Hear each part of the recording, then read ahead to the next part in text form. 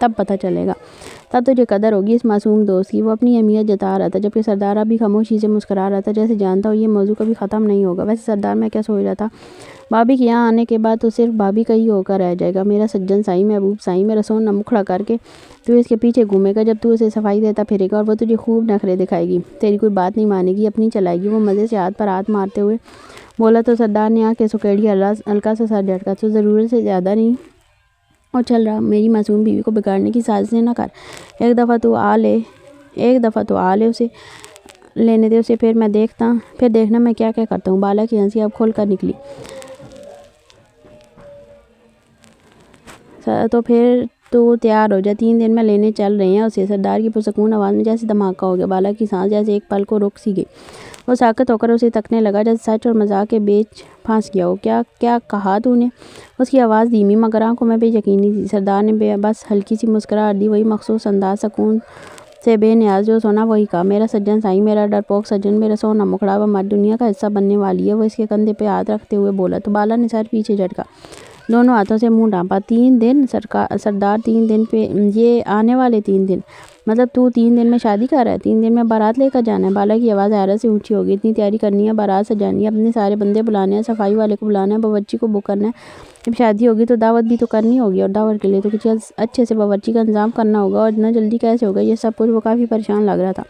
تو کہہ رہا ہے 3 دن؟ سردار تو نے تو کہا تھا بھابھی کا ویلکم دھوم دھام سے کریں گے، بڑی عزت سے لے کر آئیں گے۔ وہ بولے جا رہا تھا، سانس تک لینے کا ہوش نہیں تھا۔ 3 دن میں تو ایک نئی چپل تک نہیں آئے گی۔ سردار میری تیاری کیسی ہوگی؟ میں تو دولہے کا بھائی ہوں، دلہن کا دیور ہوں۔ سردار نے اس کی بات سنی، پھر وہی بے فکری، وہی مخصوص ہنسی جیسے سب سے پہلے طے ہو۔ سردار میں تم سے کہہ رہا ہوں نا، اگر میری تیاری مکمل نہیں ہوئی تو میں نے تیری شادی رکوا دینی ہے۔ وہ جذبات میں بہہ کر پریشانی سے بولا تو سردار نے ہنس کر کہکا لگایا اور مزے سے کہا، تیری چپل کا میں بندوبست کر دوں گا، تو بس باقی تیاری کر لے، سب کچھ تیرے ہاتھ میں ہے۔ ابھی سے احتجاج لگ جا تیاریاں کرنے میں، آرام کرنے جا رہا ہوں۔ تیری بھابھی اکیلی سرسبز پہاڑوں کے درمیان میں کھڑی میرا انتظار کر رہی ہے، ڈر جائے گی، اس سے جلد ملاقات کرنی ہے، مجھے جلد سونا ہے۔ وہ اسے اسی حالت میں چھوڑ کر اپنی آرام گاہ کی طرف چل دیا جیسے اس کی زندگی کا سب سے بڑا فیصلہ کوئی معمولی سا کام ہو۔ اور بالا، وہ تو ابھی بھی سر پکڑے کھڑا تھا جیسے یہ سب کچھ ایک خواب ہو۔ اصلی ملاقات کر کے بھی سکون نہیں آیا جو اب تک سرسبز پہاڑوں میں جا کر بھی میری بھابھی کو تنگ کرے گا۔ وہ اس کے پیچھے چل پڑا۔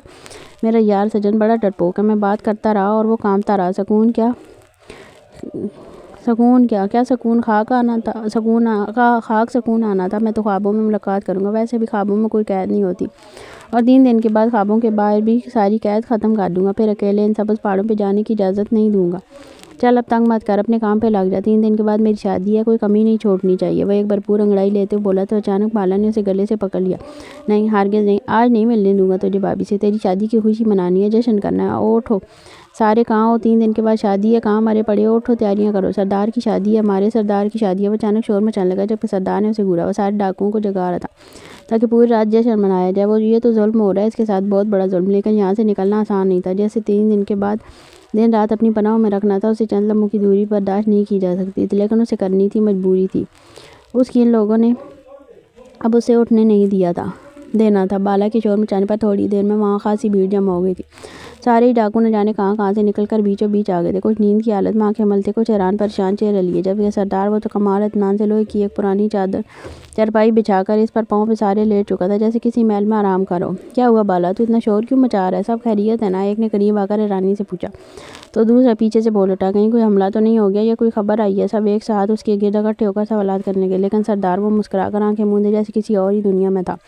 اوہو، تم لوگ ہر بار سوچو گے تو برا ہی سوچو گے، منحوسوں کی طرح ہر بات میں نحوست ہی ڈھونڈنی ہے تم سب نے، کبھی کچھ اچھا بھی ہو سکتا ہے۔ بالا مصنوعی غصے سے اٹھ بیٹھا، ہمارے سردار کی شادی ہونے جا رہی ہے اور تم سب آرام سے اپنے اپنے حجروں میں پڑے خراٹے مار رہے ہو، کسی کو کوئی پرواہ نہیں، کوئی جوش کوئی ہوش نہیں۔ 3 دن بعد بارات لے کر جانی ہے اور یہاں سب ایسے سوئے ہوئے ہیں جیسے کوئی کام ہی نہیں بچا۔ وہ جوش سے بھرا ہوا ادھر ادھر ٹہلنے لگا جبکہ سردار پرسکون انداز میں لیٹا اس کی حالت کے مزے لے رہا تھا، جبکہ باقی سب حیرت سے ایک دوسرے کو تکنے لگے، کچھ نے آنکھیں ملی، کچھ نے جمائی لی، لیکن جیسے ہی بالے کی زبان سے یہ بات نکلی سب کی نیند گویا یکدم مڑ گئی۔ سردار کی شادی اتنی جلدی؟ یہ کب ہوا؟ کیسے ہوا؟ سوالات تھے جو ایک دوسرے کی آنکھوں میں گھوم رہے تھے، مگر زبان سے کوئی کچھ بول نہیں پا رہا تھا، اور نہ ہی سردار کے حوالے سے کسی میں سوال کرنے کی کوئی ہمت تھی۔ وہ نہ کسی کے ذاتی معاملات میں پڑتا تھا اور نہ کسی کو اپنے ذاتی معاملات میں دخل اندازی کرنے کی اجازت دیتا تھا۔ سردار شادی کر رہا تھا، یہ بات ان سب کے لیے حیرت سے کم نہیں تھی۔ اتنے تو صرف اتنا معلوم تھا کہ سردار 3 سال پہلے ایک ڈکیتی دوران کسی لڑکی کو دل دے بیٹھا تھا۔ لیکن اتنی زیادہ خطرناک وہ ایک لمحہ ثابت ہوا تھا جب سردار کی آنکھوں نے کسی معصوم چہرے کو دیکھا تھا۔ وہ اب شادی کرنے جا رہی ہے تو یہ ان سب کے لیے گویا ایک دھماکے سے کم نہ تھا۔ وہ سب ایک دوسرے کو ایسے دیکھ رہے تھے جیسے کسی نے ان کے پیروں تلے سے زمین کھینچ لی ہو۔ یقین آ رہا تھا نہ دل مان رہا تھا، لیکن بالا کا جوش، اس کی آواز اور سردار کا سکون سب کچھ سچائی کی تصدیق کر رہا تھا۔ یہ تو بہت خوشی کی بات ہے سردار، بہت خوشی ہوئی، مبارک ہو، ہم کوئی کمی نہیں چھوڑیں گے، دھوم دھام سے بارات لے کر جائیں گے۔ ایک بڑی عمر کے ڈاکو نے آگے بڑھتے ہوئے دل سے مبارکباد دی۔ ہاں سردار، بہت بہت مبارک ہو، ہم کوئی کمی نہیں چھوڑیں گے۔ باقی سب بھی خوشی سے بول اٹھے۔ اللہ پاک تمہاری نئی زندگی کا سفر مبارک کرے سردار، ہم پوری شان سے بارات لے کر جائیں گے، دھوم دھام سے شادی ہوگی۔ کسی نے پورے جوش سے کہا، بارات وہیں لے کر جانا نا جہاں 3 سال پہلے تمہارا دل بے قابو ہوا تھا۔ ایک شوق جملہ ہوا میں گونجا تو سردار کے لبوں پر دھیمی سی مسکراہٹ ہوئی۔ ارے سردار، وہ جو بس والی تھی جس پر ڈکیتی کی رقم تم صدقے میں پھینک آئے تھے، لگتا ہے اس کی نیکی کا پھل ہے یہ دلہن۔ پیچھے سے ایک اور آواز کہہ کے ساتھ ابھری۔ ذرا ہلکا پھلکا سا ماحول تھا جسے سب کے کہکوں نے خاصا پرجوش بنا دیا۔ ان پتھریلے اور الجھے پہاڑوں کے بیچ انہی ڈاکوؤں خاندان بھی بستے تھے، کچھ اپنی بیویوں بچوں کے ساتھ، کچھ ماں باپ کے ساتھ۔ پہاڑوں کے اندر اس انداز میں چھوٹی چھوٹی غار نما گھر بنائے گئے تھے کہ پردے کا بھی مکمل اعتماد تھا اور روزمرہ کی زندگی میں کسی چیز کی کمی محسوس نہیں ہوتی تھی، اور دیکھنے والے کو پتہ بھی نہیں چلتا تھا کہ یہاں کسی کا بسیرا ہے۔ یہ علاقہ ایک پہاڑی جھرمٹ کی صورت میں تھا، اتنے گہرے اور الجھے ہوئے راستے کہ اگر کوئی اجنبی اندر آنے کی جرات بھی کرتا تو نکلنے کا راستہ ڈھونڈنے میں 10 دن لگ جاتے۔ کہیں پتھروں کے تودے، کہیں تنگ درے اور کہیں بل کھاتے پہاڑی موڑ، ہر چیز ایک دوسرے میں الجھی ہوئی تھی جسے قدرت نے خود اس علاقے کو خفیہ رکھنے کا بندوبست کر رکھا ہو۔ پولیس یا قانون کا یہاں آنا تو دور، ان پہاڑوں کی دہلیز پر قدم رکھنے کا سوچنا مشکل تھا۔ راستے بند کرنے کے لیے صرف ایک پتھر کافی ہوتا تھا اور پھر یہ پورا علاقہ دنیا سے الگ ہو جاتا، باہر سے آنے والے اس سے راستے میں قید ہو جاتے۔ یہی وجہ تھی کہ جب سے یہاں ڈاکوؤں کا بسیرا ہوا تھا، لوگوں کا گزر کم ہو گیا تھا۔ اس مقام پر ڈاکوؤں کا اتنا رعب اور خوف تھا کہ پرندے بھی اس سمت کا رخ نہ کرتے۔ شاید یہی وجہ تھی کہ یہاں وقت رک سا گیا تھا اور ایک الگ ہی دنیا بسائی گئی تھی، قانون سے آزاد لیکن اپنے اصولوں کی سخت گرفت میں۔ رات دیر تک محفل جمی رہی اور پھر سب کچھ ختم کرنے کے لیے سردار کی ایک سخت نگاہ ہی کافی تھی۔ اس کی سخت نگاہوں کو بھی بالا پر کوئی اثر نہ ہوا، ہاں لیکن باقی سب لوگ رفو چکر ہو گئے۔ اس نے اٹھنا چاہا تو وہ اس کی چارپائی پر آ کر اس کے ساتھ لیٹ گیا، مطلب صاف تھا وہ اسے جانے نہیں دینے والا۔ یار شیرازی، تم خوش ہی نہیں ہو سردار کی شادی پر؟ ہاں بھی چپ چاپ بیٹھے تھے اور اب واپسی پر بھی خاموش ہو۔ کیا ہوا، تمہیں رہنے کی جگہ پسند نہیں آئی یا کوئی مسئلہ ہے؟ جمرو، جو باڑ کی چڑھائی پر شیرازی کے ساتھ ساتھ چل رہا تھا، فکر مندی سے بولا۔ وہ نیا بندہ تھا اور اسی لیے سردار نے اسے شیرازی کو ساتھ رکھنے کو کہا تھا تاکہ وہ اس کے اصول، رہن سہن اور پہاڑی زندگی کو سمجھ سکے۔ شیرازی نے ہلکی سی مسکراہٹ ساتھ جمرو کی طرف دیکھا اور نرمی سے بولا، ارے نہیں، میں خوش کیوں نہیں ہوگا، ہمارے سردار، ہماری سرکار کی شادی ہے، خوشی کی بات تو ہے، لیکن بس ایک بات سمجھ نہیں آئی۔ کیا بات ہے؟ جمرو نے بے مچکائی۔ شادی کس کے ساتھ ہو رہی ہے؟ شیرازی نے قدرے حیرانی سے سر ہلاتے ہوئے کہا، میرا مطلب کون ہے وہ لڑکی جو ہمارے سردار جیسے خطرناک ڈاکو سے شادی کرنے کو راضی ہوئی، جس کی جس کا شہر شہر چرچا ہو، جو بندوق سے بات کرتا ہو، وہ کس کی محبت میں نرم پڑ گیا؟ جمرو نے گردن گھمائی، پہاڑوں کی طرف دیکھا اور دھیرے سے بولا، محبت انسان کو بدل دیتی ہے شیرازی، اور سردار کے دل میں وہ 3 سال پہلے ہی جگہ بنا چکی تھی۔ شیرازی چند لمحے خاموش ان پہاڑوں کی اونچائی کو تکتا رہا جیسے وہاں کوئی راز چھپا ہو۔ سنا ہے وہ لڑکی کسی پرانی ڈکیتی میں ملی تھی سردار کو؟ وہ مزید سوال کرنے لگا۔ ہاں یہی کہتے ہیں سب، پر اصل کہانی شاید صرف سردار جانتا ہے۔ وہ خود کبھی کچھ بولتا نہیں۔ پہاڑوں خاموش ہیں، وہ دونوں کچھ لمحے اور چلتے رہے، پھر شیرازی نے سر ہلاتے ہلکا سا مسکرا کر کہا، پھر تو لڑکی خاص ہی ہوگی جو ہمارے سردار کی قسمت بن گئی۔ ہاں بالکل وہ خاص ہے، سردار کے لیے تو بہت زیادہ، اس کے لیے وہ جان ہے۔ یہی اسی گاؤں کی رہنے والی ہے کیا؟ جمرو نے اپنے ہی انداز میں بول جا رہا تھا جب شیرازی نے پھر سے سوال کیا۔ ہاں، نہ ہمارے گاؤں کی رہنے والی ہے، سردار نہ اس کے سامنے جاتا ہے نہ ہی اس سے بات کرتا ہے، لیکن اس پر پوری نظر رکھتا ہے۔ مجال ہے جو اس کا تایا چاچا اس کا نکاح کسی کے ساتھ پڑھا دے۔ 3 بار اس کے تایا نے اس کی شادی کرانے کی کوشش کی لیکن ہم نے بارات غائب کر دی۔ سردار کہتا ہے جب وہ بڑی ہو جائے گی، شادی کی قابل ہوگی تب لے جاؤں گا اسے، لیکن اس کے تایا کو تو جیسے موت پڑتی تھی۔ اب سردار نے فیصلہ کر لیا، اب تو شادی ہو کر ہی رہے گی بس۔ کیا مطلب، زبردستی کی شادی؟ میرا مطلب وہ لڑکی چاہتی ہے کیا ہمارے سردار کو؟ شیرازی نے اچانک کہا تو جمرو کو اس کا انداز کچھ عجیب لگا۔ اوے آرام سے بول، اتنا چیخ کیوں رہا ہے پاگل؟ اگر سردار کو پتہ چل گیا کہ ہم اس کی ذاتی زندگی پر اس طرح بات کریں تو کاٹ کر رکھ دے گا ہمیں، اور ویسے بھی جتنا مجھے پتا تھا میں نے تجھے بتا دیا۔ اب میرے لیے کوئی مصیبت نہ کھڑی کر، چل کر سوتے ہیں، بہت ٹائم ہو گیا، سردار کی شادی ہے، کام بھی بہت ہوگا۔ اچھا ٹھیک ہے چلتے ہیں۔ شیرازی نے ہاتھ اٹھا کر اشارہ دیا جیسے بات ختم کرنا چاہتا ہو۔ کوئی بات نہیں کرتے اس کے بارے میں تو بس تم لوگوں کے ساتھ رہتا ہوں، اس لیے سوچا کہ تم لوگوں کے بارے میں سب کچھ جان لوں۔ جمرو کے پیچھے خاموشی سے چل رہا تھا۔ پہاڑی پتھروں پر اس کے قدموں کی چاپ رات کی ہواؤں کے ساتھ مکس ہو کر ایک عجیب سی اداسی پیدا کر رہی تھی۔ یہیں پر زندگی گزارنی ہے مجھے، اب تو سردار ہی میرا سرکار ہے، کھانے کو بھی دیتا ہے، رہنے کو جگہ بھی دی ہے، ورنہ میرا تھا کون؟ شیرازی کی آواز میں ایک ٹوٹا ہوا سا پان تھا۔ ماں باپ تو چھوڑ کر چلے گئے اور دنیا نے تو قرضوں کا بوجھ لاد دیا میرے کندھوں پر۔ اس کے قدم ذرا سست ہو گئے جیسے یادوں کا بوجھ بھی پاؤں پر آ بیٹھو۔ بڑا رحم دل سردار ہے ہمارا۔ اس نے سر اٹھا کر آسمان کو دیکھا، پھر مسکرا کر جمرو سے بولا، لوگ ایسے ہی بدنام کرتے رہتے ہیں، جمرو آہستہ سے ہنسا۔ سچ ہے، لوگوں کے منہ کا کیا ہے، جو سمجھ نہ آئے اس کو بدنام کر دیتے ہیں، اور ہمارے سردار تو ویسے بھی کسی کی سمجھ میں آنے والا نہیں ہے۔ ویسے سیٹھ طیب کا کیا بنا؟ شیرازی نے اچانک سوال داغا، جیسے بہت دیر سے زبان پر رکا بیٹھا تھا۔ جمرو کے قدم لمحہ بھر کو رکے۔ اس نے کندھے اٹکاتے ہوئے بے پرواہ لہجے میں جواب دیا، مجھے خود کچھ خاص نہیں پتا یار، تجھے کیا بتاؤں، بس اتنا پتہ ہے کہ جب وہ لوگ سیٹھ طیب کے گھر پہنچے تو وہاں اس کی لاش لٹکی ہوئی تھی۔ شیرازی نے چونک کر اسے دیکھا۔ لاش لٹکی ہوئی؟ اس کی آواز میں حیرت تھی، لیکن ساتھ ایک انجانی سی کپ کپی بھی۔ تم ساتھ کیوں نہیں گئے؟ تم بھی تو اکثر جاتے ہو نا ان کے ساتھ جب ایسے کام ہوتے ہیں۔ جمرو نے نرمی سے سر جھٹکا، ارے نہیں بھائی، میں خبروں والا بندہ ہوں، میرا کام ہے نظر رکھنا، رپورٹ دینا، میں ساتھ نہیں جاتا، یہ میرے دائرے کا حصہ نہیں۔ پہاڑ کی پتھریلی ڈھلان پر دونوں آہستہ آہستہ قدم رکھ رہے تھے، لیکن ماحول میں اب گہری خاموشی ہو گئی تھی۔ سیٹھ طیب کی موت کا ذکر ایک سرد سناٹے کی صورت دونوں کے بیچ اتر آیا تھا۔ شیرازی کے دل میں کئی سوال ابلنے لگے، لیکن اس لمحے وہ کچھ نہ بولا، بس جمرو کے پیچھے چلتا رہا، جیسے ہر جواب کے ساتھ سوال مزید پھیل رہا ہو۔ کوئی تو حل نکالو بھائی جان، چچا کی آواز میں گھبراہٹ تھی، آنکھوں میں بے بسی تیاری تھی، کچھ تو کرو ورنہ وہ ڈاکو آ جائے گا اور ہماری بچی کو اٹھا کر لے جائے گا، ہم یوں ہی ہاتھ پر ہاتھ دھرے رہ جائیں گے، کچھ کر بھی نہ سکیں گے۔ ان کے لہجے میں کپکپاہٹ تھی، جیسے کوئی بھیانک خواب ہو بار بار ان کے ذہن پر دستک دے رہا ہو۔ کل رات وہ ہمارے گھر کے اندر تک آ گیا، انہوں نے آہستہ سے کہا، جیسے زبان سے نکالنا بھی بوجھ بن رہا ہو۔ آیا اور دوام کو صاف صاف کہہ کر گیا، 3 دن میں بارات لے کر آ رہا ہوں۔ ان کا سینہ دھک دھک کر رہا تھا، سانسیں اکھڑ رہی تھی۔ اگر وہ واقعی آ گیا بھائی جان، تمہاری عزت، ہماری غیرت سب خاک ہو جائے گی۔ انہوں نے اپنے دونوں ہاتھ ماتھے پر رکھ لیے، جیسے درد سے پھٹتا سر تھام لیا۔ کمرے میں موجود ہر شخص خاموش تھا، لیکن سب کے چہروں پر ایک ہی سوال تھا، کیا واقعی کوئی حل ہے یا 3 دن بعد عزت کی دیوار گر جائے گی؟ میں نے کہا تھا نا، منع کیا تھا، زمین کے ٹکڑے کے لیے اتنا بھی مت مرو آپ لوگوں، اب دیکھ لیا نا، عزت کے لالے پڑ گئے، بس بھائی کے حصے کی زمین چاہیے تھی اور اس کی بیٹی کے سر پر ہاتھ رکھ لیا، اب مل گیا سکون، کلیجے کو ٹھنڈک پڑ گئی۔ اب لالچ کی وجہ سے ہم تینوں اتنی بڑی مصیبت میں پھنس گئے ہیں۔ تائی امی غصے میں لیکن ہلکی آواز میں بولی، ڈر تھا کہیں معاملہ پھر نہ باہر نہ جائے، بگڑ نہ جائے، بات کہیں باہر نہ نکل جائے، محلے میں کیا عزت رہ جائے گی، یہ بھی ڈر ستانے لگا۔ ہماری اپنی 4 بیٹیاں کنواری بیٹھی ہیں، اگر وہ ڈاکو دوام کو اٹھا کر لے گیا تو پھر باقیوں کا کیا ہوگا؟ ذرا سوچو، ماتھے پر ہاتھ مارو، اگر دوام کی عزت سوال آیا تو ہم بھی کسی کو منہ دکھانے کے قابل نہیں رہیں گے، تو کیا کروں، تم ہی بتاؤ، انہوں نے پریشانی میں کہا۔ یہ 3 بار چھپ کر اس کا نکاح کرنے کی کوشش کی ہے، لیکن ڈاکوؤں نے براتیوں کو کیا کیا، آج تک کوئی خبر نہیں ملی۔ ارے پرانی باتیں چھوڑو، حوالدار کا اب تک کچھ پتہ نہیں چلا، چوری چھپے نکاح بھی نہیں کر سکتا، کہیں ڈاکو کو خبر نہ ہو جائے۔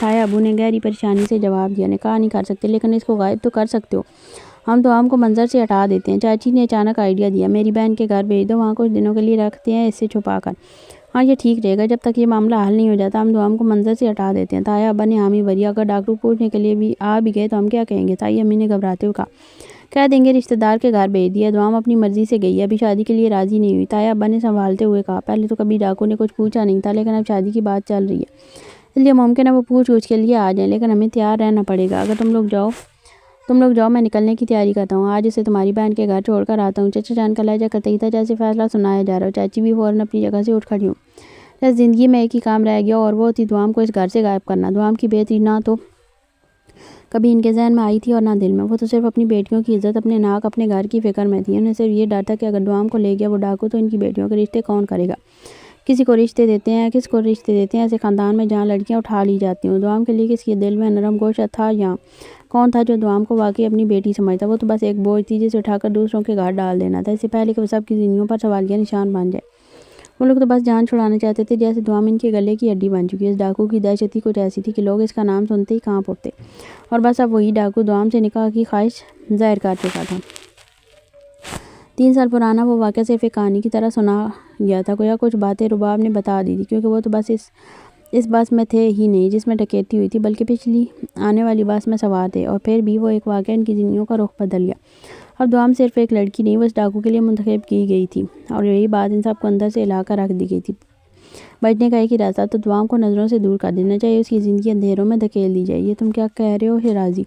انسپکٹر اکرم نے فون کو کان سے لگائے بے یقینی سے سوال دہرایا، ایسے کیسے ممکن ہے؟ ڈاکو سردار شادی کر رہا ہے، وہ بھی گاؤں کی عام سی لڑکی سے، یہ بات ہضم ہونے والی نہیں ہے۔ انسپکٹر صاحب میں مذاق نہیں کر رہا، یہ لوگ سنجیدہ ہیں، میں اس وقت ان کے قبیلے میں ہوں اور اپنی جان ہتھیلی پر رکھ کر خبریں دے رہا ہوں۔ وہ ڈاکو جس کا نام سنتے ہی لوگ دروازے بند کر لیتے ہیں، وہ 3 دن بعد بارات لے کر آ رہا ہے۔ فون کی دوسری جانب شیرازی دبے دبے لہجے میں اپنے سانسوں پر قابو پاتے بولا، یہ کوئی عام بات نہیں شیرازی، اس کے پیچھے کچھ تو ہے، تم بس اپنا دھیان رکھو اور جو بھی ہو ہر پل مجھے اپڈیٹ دو، ایک لمحے کی بھی چوک ہوئی تو تمہیں بچا نہیں پاؤں گا۔ اکرم نے ماتھے پر بال ڈالا، آنکھیں تیز ہو گئی، جی سر آپ فکر نہ کریں، میں اپنا فرض نبھاؤں گا، شیرازی نے ہمت جٹاتے ہوئے کہا، لیکن اس کے لہجے میں چھپی کپکپاہٹ انسپکٹر اکرم سے چھپی نہ رہ سکی۔ مگر سر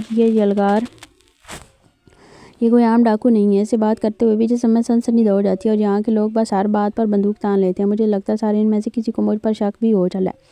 وہ ایک لمحے کو رکا، جیسے کسی کی آڑ سننے کی کوشش کر رہا ہو۔ یہ اپنے خفیہ کاموں میں مجھے شریک نہیں کرتے۔ میں نے بہت زور دیا کہ طیب سیٹھ کے معاملے پر مجھے ساتھ لے جائیں، لیکن سر انہوں نے مجھے وہیں روک دیا، اور جب واپس آئے تو بس ایک ہی بات کی کہ طیب سیٹھ تو پہلے ہی مر چکا تھا، جیسے وہاں جا کر انہوں نے کچھ کیا ہی نہیں ہو۔ شیرازی کی آواز میں خوف اور بے بسی گھلتی جا رہی تھی۔ سر مجھے لگتا ہے وہ کچھ چھپا رہے ہیں، اور ہو سکتا ہے میں ان کے شک کے دائرے میں آ چکا ہوں۔ شک ہو چکا ہے۔ انسپکٹر اکرم کی آواز میں لمحے بھر کو خاموشی چھا گئی، پھر وہ سنجیدگی سے بولے۔ اس کا مطلب ہے اب تمہیں دگنی احتیاط کی ضرورت ہے شیرازی۔ اگر ان لوگوں کو ذرا سا بھی اندازہ ہو گیا کہ تم ڈپارٹمنٹ کا حصہ ہو تو وہ تمہارے ساتھ وہ سلوک کریں گے جس کا تصور بھی نہیں کیا جا سکتا۔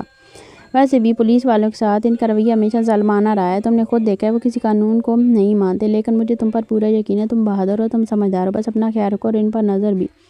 اکرم کلیجہ اب ہدایت سے زیادہ سازش کا رنگ لیے تھا۔ اور سنو، مجھے اس لڑکی کی مکمل معلومات چاہیے جس کے ساتھ وہ سردار شادی کرنے کا سوچ ہے۔ یہ جاننا بہت ضروری ہے کہ معاملات کس حد تک سیریس ہو چکے ہیں اور وہ لڑکی خود کتنی انوالو ہے۔ وہ تھوڑی جھک کر بولا، جیسے دیواروں کے کان ہونے کا یقین ہو۔ اگر وہ سردار واقعی اس لڑکی میں اتنی دلچسپی رکھتے ہیں تو یہ موقع ہمارے لیے سنہری ہوگا۔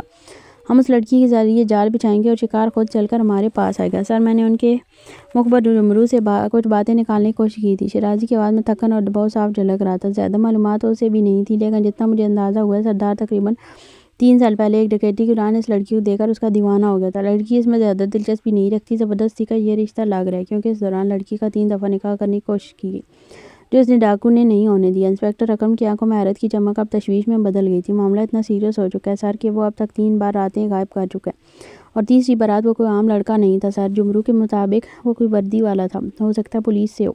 آپ ڈپارٹمنٹ میں معلوم کروائیں، شاید پچھلے مہینے سے کوئی حوالدار لاپتہ ہے۔ شیرازی نے گردن گھما کر ادھر ادھر دیکھا، پھر آواز آہستہ کر کے بولا، جمرو نے نام تو نہیں بتایا، اور اگر میں زیادہ کھوج لگاتا تو وہ میرے اوپر شک کر بیٹھتا، اس لیے بات یہیں روک دی، لیکن سر یہ کھیل خطرناک حد تک گہرا ہو رہا ہے۔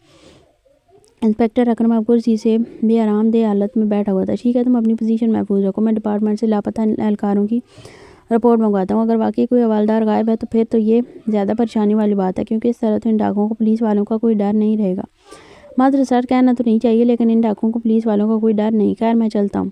شیرازی نے ایسے کہا اور فون بند کر دیا۔ ساتھ دبا کے جھونکے پہاڑوں سے ٹکرا کر اس کے چہرے سے ٹکرا رہے تھے۔ اس نے ایک بار پھر چوکنا نظروں سے ادھر ادھر دیکھا۔ جھاڑیاں چٹانوں سے مشتبہ لگی، جیسے کہیں کوئی اس کی نگرانی کر رہا ہو۔ فون جیب میں ڈالتے ہی اس نے قدم آہستہ آہستہ نیچے کی طرف بڑھائے۔ سامنے پتھریلی ڈھلوان تھی جو ایک تنگ رستے سے نیچے کار کی طرف جاتی تھی، وہی کار جو اب اس کی پناہ گاہ تھی، اور جہاں ڈاکوؤں کے مخبر جمرو نے اسے وقتی رہائش دی تھی۔ ہر قدم کے ساتھ گرد اڑ رہی تھی، جوتوں تلے پتھر کھڑک رہے تھے۔ پہاڑوں کا سناٹا اس وقت موت سے کم محسوس نہیں ہو رہا تھا۔ دل کی دھڑکن کے ساتھ بندوق کی یاد بھی زندہ تھی جو اس کے بستر کے پاس رکھی تھی۔ شیرازی نے رک کر پہاڑ کی اور سے نیچے جھانکا۔ کار کے سامنے جمرو معمول کے مطابق لکڑیاں چیر رہا تھا، لیکن اس کی آنکھیں مسلسل اوپر کی جانب دیکھ رہی تھیں، جیسے اسے اندازہ ہو چکا تھا کہ شیرازی آ رہا ہے، یا شاید کچھ اور بھی۔ یہاں مسکراہٹ کے پیچھے ایک خنجر چھپا تھا، اور ہر سایہ اپنے اندر ایک راز لیے گھومتا تھا۔ ارے اوئے شیرازی! جمرو نے لکڑیاں چھیلتے چھیلتے اچانک سر اٹھا کر آواز دی، جیسے اسے پہلے سے علم تھا کہ وہ آ رہا ہے۔ اچھا ہوا تم آ گئے، کہاں رہ گئے تھے؟ پہاڑوں کی اونچائی ناپ رہے تھے کیا؟ سردار نے بلایا ہے تمہیں؟ شیرازی قدم وہیں روکے، جیسے کسی نے اس کی ریڑھ کی ہڈی میں برف اتار دی ہو۔ سردار جمرو کی بات سن کر وہ بظاہر پرسکون رہا، لیکن دل کی دھڑکن لمحے میں بے قابو ہو گئی تھی۔ سردار اہلکار پر شخصیت کی صرف آواز ہی سن کر شیر بھی راہ بدل لے۔ آج اس نے بلایا تھا۔ ابھی تک وہ کبھی اس کے سامنے اکیلا پیش نہیں ہوا تھا، ہر بار درمیان میں کوئی نہ کوئی ہوتا تھا۔ کوئی بات کرتا، ہنسی مذاق میں سردار کچھ بولتا تو باقی ہنستے، لیکن آج براہ راست بلاوا آیا تھا۔ شیرازی نے گہری سانس لی، جیسے خوف کو اندر ہی کہیں دفن کر ہو۔ چلو ٹھیک ہے، بتاؤ کہاں ہے سردار؟ اس کی آواز مضبوط تھی، مگر اندر سے اس کا دل دہ رہا تھا۔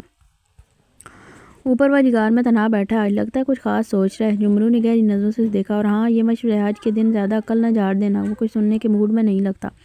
شیرازی نے آہستہ سے سر ہلایا اور پتھریلے راستے کی جانب قدم بڑھا دیا۔ ہر قدم جیسے اس کے اصلی امتحان کی طرف لے جا رہا تھا۔ دل جیسے سینے کی دیواریں پیٹ رہا ہو، خوف، وسوسے اور خدشے سب ایک ساتھ سانسوں میں اترتے جا رہے تھے۔ اس نے سردار اہلکار کے بارے میں جتنے قصے سن رکھے تھے وہ سب اس کے کانوں میں سرسرانے لگے۔ وہ جو دشمنوں کے سینے چھید دیتا تھا، وہ جو آنکھوں سے آنکھ ملانے والوں کو زمین میں دفن کر دیتا تھا۔ جیسے ہی وہ سرنگ کے دہانے پر پہنچا، ہلکی سی گرد میں لپٹی سردار کی موجودگی ایک سائے کی طرح واضح ہوگی۔ وہ دھیرے سے بولا، السلام علیکم سردار، آپ نے یاد کیا؟ اندھیرے میں بیٹھا وہ قدآور وجود سردار اہلکار اپنی جگہ سے ہلا نہیں، بس گردن تھوڑی سی جنبش تھی۔ سر کے اشارے سے سلام کا جواب دیا اور پھر نظر بھر کر اسے سر سے پاؤں تک دیکھا۔ جمرو کہہ رہا تھا، تمہارا کوئی نہیں؟ نہ ماں، نہ باپ، نہ بہن، نہ بھائی؟ اس کی آواز میں کچھ ایسا تھا جیسے ہر لفظ کے ساتھ کوئی فیصلہ اتر رہا ہو۔ شیرازی نے نظریں نیچے رکھتے ہوئے آہستہ سے سر ہلایا۔ جی سردار، اب تو آپ ہی مائی باپ ہو۔ وہ نرمی اور عاجزی سے بولا جیسے اپنی جان اس کے سپرد کر رہا ہو۔ سردار کی نظریں اس پر جمی رہیں۔ ایک لمحے کو جیسے وقت تھم گیا، پھر وہ تھوڑا سا آگے جھکا، اس کی نگاہوں کی تپش محسوس ہوئی۔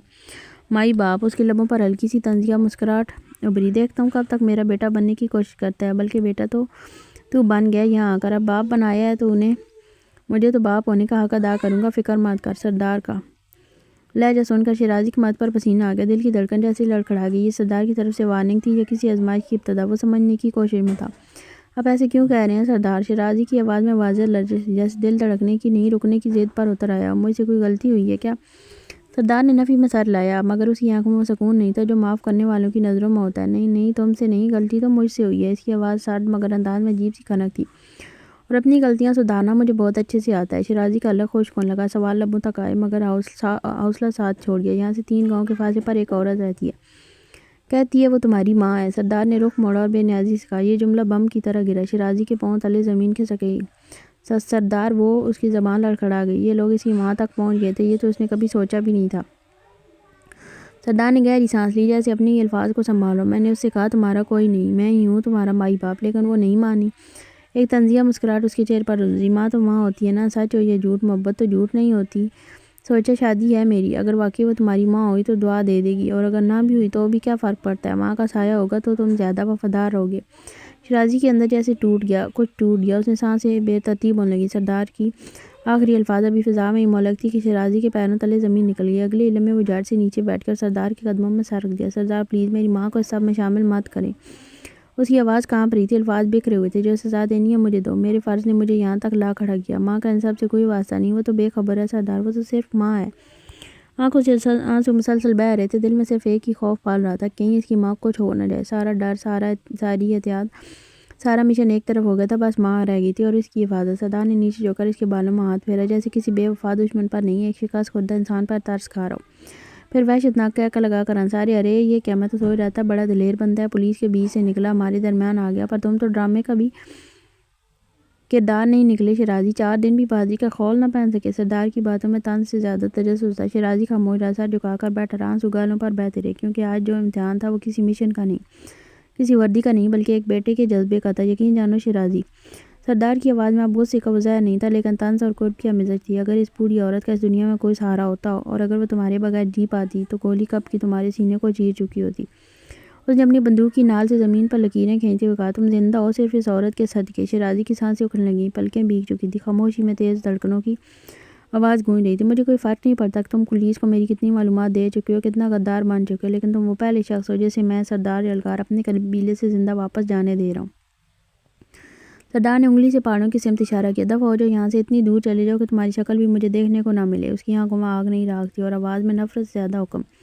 شیرازی نے خاموشی سے سر جھکایا۔ آج اسے جان ملی تھی، لیکن وہ دل ہار آیا تھا، ایک ماں کے قدموں میں اور ایک مشن کی راکھ میں۔ لیکن جو بھی تھا، تو ان سب چیزوں میں اپنی موت کو نہیں مروا سکتا، اور ان ڈاکوؤں کا کیا بھروسہ تھا؟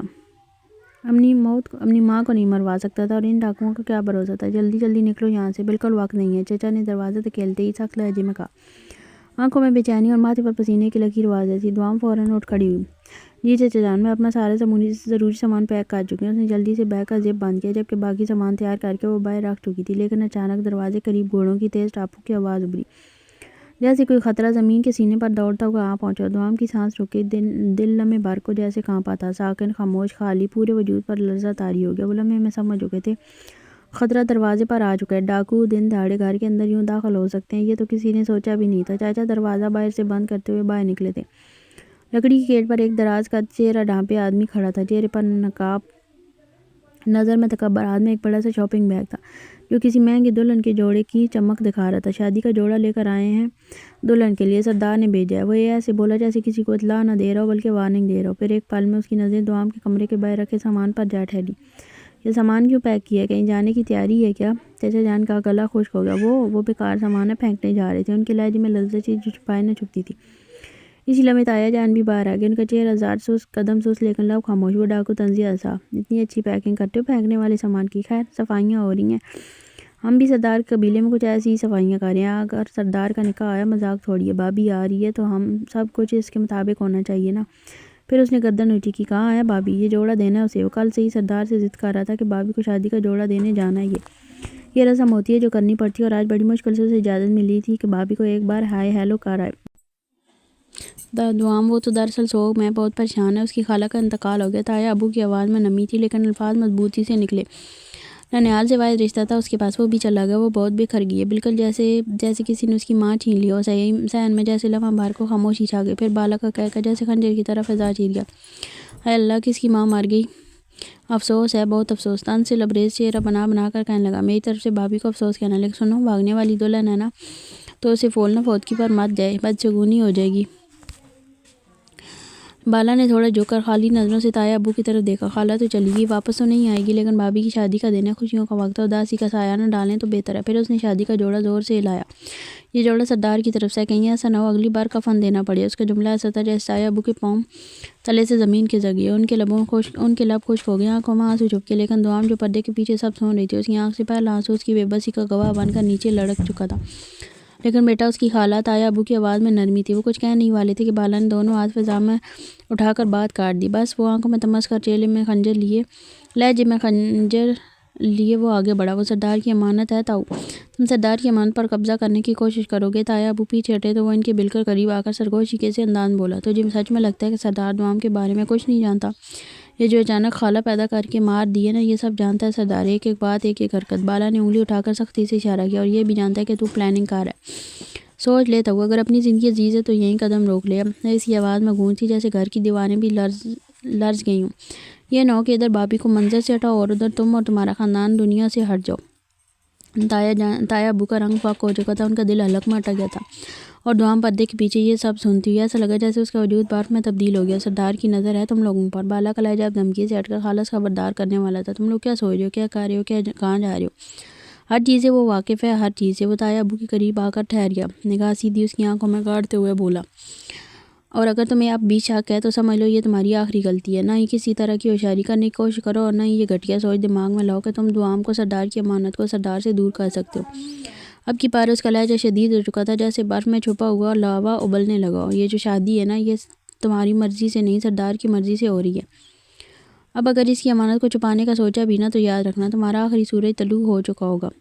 بھابھی کو بول دو یہ جوڑا چیک کر کے بتائیں، سردار نے دل سے بھیجا ہے۔ سردار کا اس چھپا اس میں۔ بالا کا لہجہ آرڈر دینے والا تھا، جیسے کوئی بھی نافرمانی برداشت نہیں کی جائے گی۔ چچا نے کپکپاتے ہاتھوں سے وہ بھاری بیگ تھاما اور بنا کچھ کہے اندر کی طرف قدم بڑھا دیا۔ ان کے پیچھے ہی رباب بھی چچا جان کے اشارے پر دوسرے کمرے سے نکل کر ان کے ساتھ ہو لی۔ کمرے میں داخل ہو کر جیسے ہی جوڑا کھولا، وہ اس قدر بھاری تھا کہ زمین پر دھم سے گر گیا۔ جلدی کرو، سر پر سوار ہے، جب تک کام نہ ہو جائے گا نہیں، چچا نے غصے سے اور خوف کے مزاج سے کہا، جبکہ دوام نے رباب کو وہ جوڑا اٹھا کر بستر پر رکھتے دیکھا۔ وہ انوس خاموش تھی، ساکت سی۔ آ جائے گا چچا، رباب نے دھیرے سے کہا اور جوڑے پر ایک ستائشی نظر ڈالی۔ واقعی جوڑا بے حد مہنگا اور شاہکار لگ رہا تھا۔ چچا جلدی سے کمرے سے باہر نکلے۔ دروازے کے پیچھے کھڑی دوام ساکت تھی، آوازوں سے اندازہ لگا رہی تھی کہ بالا کا کیا کرے گا۔ ڈاکو جی، بچی کو جوڑا آ جائے گا۔ ان کی بات سن کر بالا بنا کچھ مزید کے گھوڑے پر سوار ہو کر نکل گیا۔ اس کے جاتے ہی جیسے سارا گھر پرسکون ہو گیا۔ چچا نے تایا کی طرف دیکھتے بے بس لہجے میں پوچھا، اب کیا کرنا ہے؟ تایا نے خاموشی سے سر ہلایا۔ کیا کہتے، کوئی راستہ بچا ہی نہیں تھا، باقی کو سب جانتے تھے، اور اب کوئی بہانہ کام نہ آ رہا تھا۔ کر آیا ملاقات میرے دلدار سجن سے۔ قبیلے میں داخل ہوتے ہی سردار کی آواز سنائی دی، چہرے پر سوال ہی نہیں، بے تابی بھی تھی۔ بالا نے مایوس سر جھٹکا اور آ کر اس کے پاس بیٹھتے دھیرے سے بولا، کہاں سردار؟ دیدار تو دور، ملاقات کا تو سوال ہی نہیں اٹھا۔ بھابھی اندر پردے میں تھی اور تایا چاچا باہر پہرا دے رہے تھے۔ ہاں، لیکن جو تماشا دیکھا نا میں نے، وہ تو بس بڑے بہانے چل رہے تھے، سازش پہ سازش۔ پہلے زبردستی خالہ پیدا کی، بعد میں مار بھی ڈالی، کہتے ہیں فوتکی ہو گئی، ڈرامے بازی ہو رہی ہے۔ بھابھی بڑی دکھی ہے، بڑی قریب تھی خالہ کے، ننیال سے واحد رشتہ وغیرہ وغیرہ۔ وہ کندھے اچکاتے مزید بولا، میں نے بھی صاف کہہ دیا، ہم پر ڈرامے نہیں چلیں گے، ایک پل پر نظر رکھی ہے۔ جب بتایا کہ ہم سب جانتے ہیں تو سارے ہوش اڑ گئے۔ بڈھے کی شکل دیکھنے والی تھی۔ سردار خاموش بیٹھا رہا، لیکن اس کی نظروں میں غصے کی چنگاریاں جل رہی تھیں۔ اچانک بولا، میرا سجن سائیں اداس ہے اور تو ہنس رہا ہے۔ بالا کی ہنسی یکدم رکی۔ ارے سردار، جھوٹ بول رہے تھے نا، جھوٹ بول رہے تھے یا سچ، یہ تو بعد میں پتہ چلے گا، لیکن میرا سونا مکڑا اداس ہے۔ خالہ مر بھی گئی ہوگی تو افسوس تو بنتا ہے، آخر میں اس کا ہونے والا شوہر ہوں۔ سردار نے اپنی ہلکی سی داڑھی کو سہلاتے ہوئے کہا، سردار تجھے پتہ ہے اس کی کوئی خالہ تھی ہی نہیں، میں نے ساری انفارمیشن نکال لی تو تھی 3 سال پہلے۔ بالا نے سمجھاتے ہوئے کہا، اس بات سے فرق نہیں پڑتا بالا، فرق صرف اس سے پڑتا ہے کہ میرے سجن سائی کی خالہ پیدا ہو کر مر گئی اور وہ دکھی ہے، اور دلدار اپنے سونے سجن کو اداس نہیں دیکھ سکتا۔ بہت دکھی ہے تو اس کو ایک سہارے کی ضرورت ہے، ایک کندھے کی ضرورت ہے۔ ہو سکتا ہے آج میرا ڈرپوک سجن کانپنے کی بجائے سر یہاں رکھ کر 2 آنسوئی بہا لے۔ اس کے لہجے میں شوخی تھی۔ ہاں ہاں، سیدھا بولنا سردار، دیدار یار کے لیے دل مچل اٹھا ہے، مانے کیوں لگا رہا ہے؟ بالا نے ہنستے ہوئے کندھے پر ہاتھ رکھا۔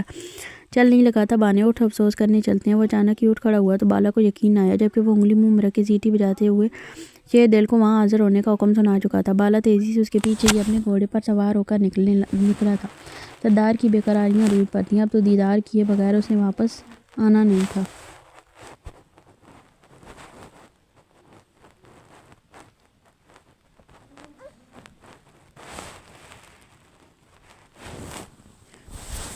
گھر کا ماحول بہت بوجھل اور پریشان کن ہو چکا تھا۔ سب کے چہروں پر فکر اور بے بسی کے سائے تھے۔ کسی کو سمجھ نہیں آ رہا تھا کہ کیا کریں اور کیسے کریں۔ دوام کی زندگی ایک ایسے موڑ پر آ چکی تھی جہاں سے واپسی ممکن نہیں لگ رہی تھی۔ وہ کسی معمولی آدمی کے ہتھے نہیں چڑھی تھی۔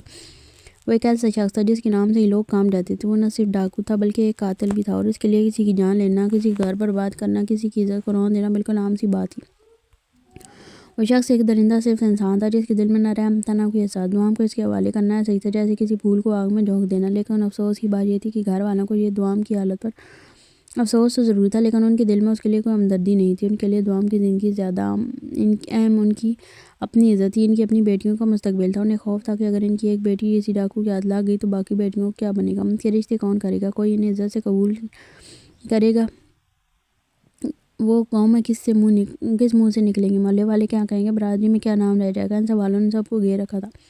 کسی کو یہ فکر نہیں تھی کہ دوام کس اذیت سے گزر رہی ہے۔ کسی نے اس سے یہ نہیں پوچھا کہ وہ کیا چاہتی ہے۔ سب اپنی عزت بچانے میں لگے تھے۔ ان کا بس چلتا تو وہ دوام کو چھپا دیتے، کہیں دور بھیج دیتے یا اس کا نام لینا ہی چھوڑ دیتے، لیکن مسئلہ اتنا آسان نہیں تھا۔ وہ شخص مسلسل دھمکیاں دے رہا تھا۔ وہ کہہ چکا تھا اگر دوام کی شادی اس سے نہ کی گئی تو وہ پورے خاندان کو برباد کر دے گا، وہ کسی کو نہیں چھوڑے گا۔ گھر والوں کو اب صرف ایک ہی رستہ نظر آ رہا تھا، دوام کی قربانی۔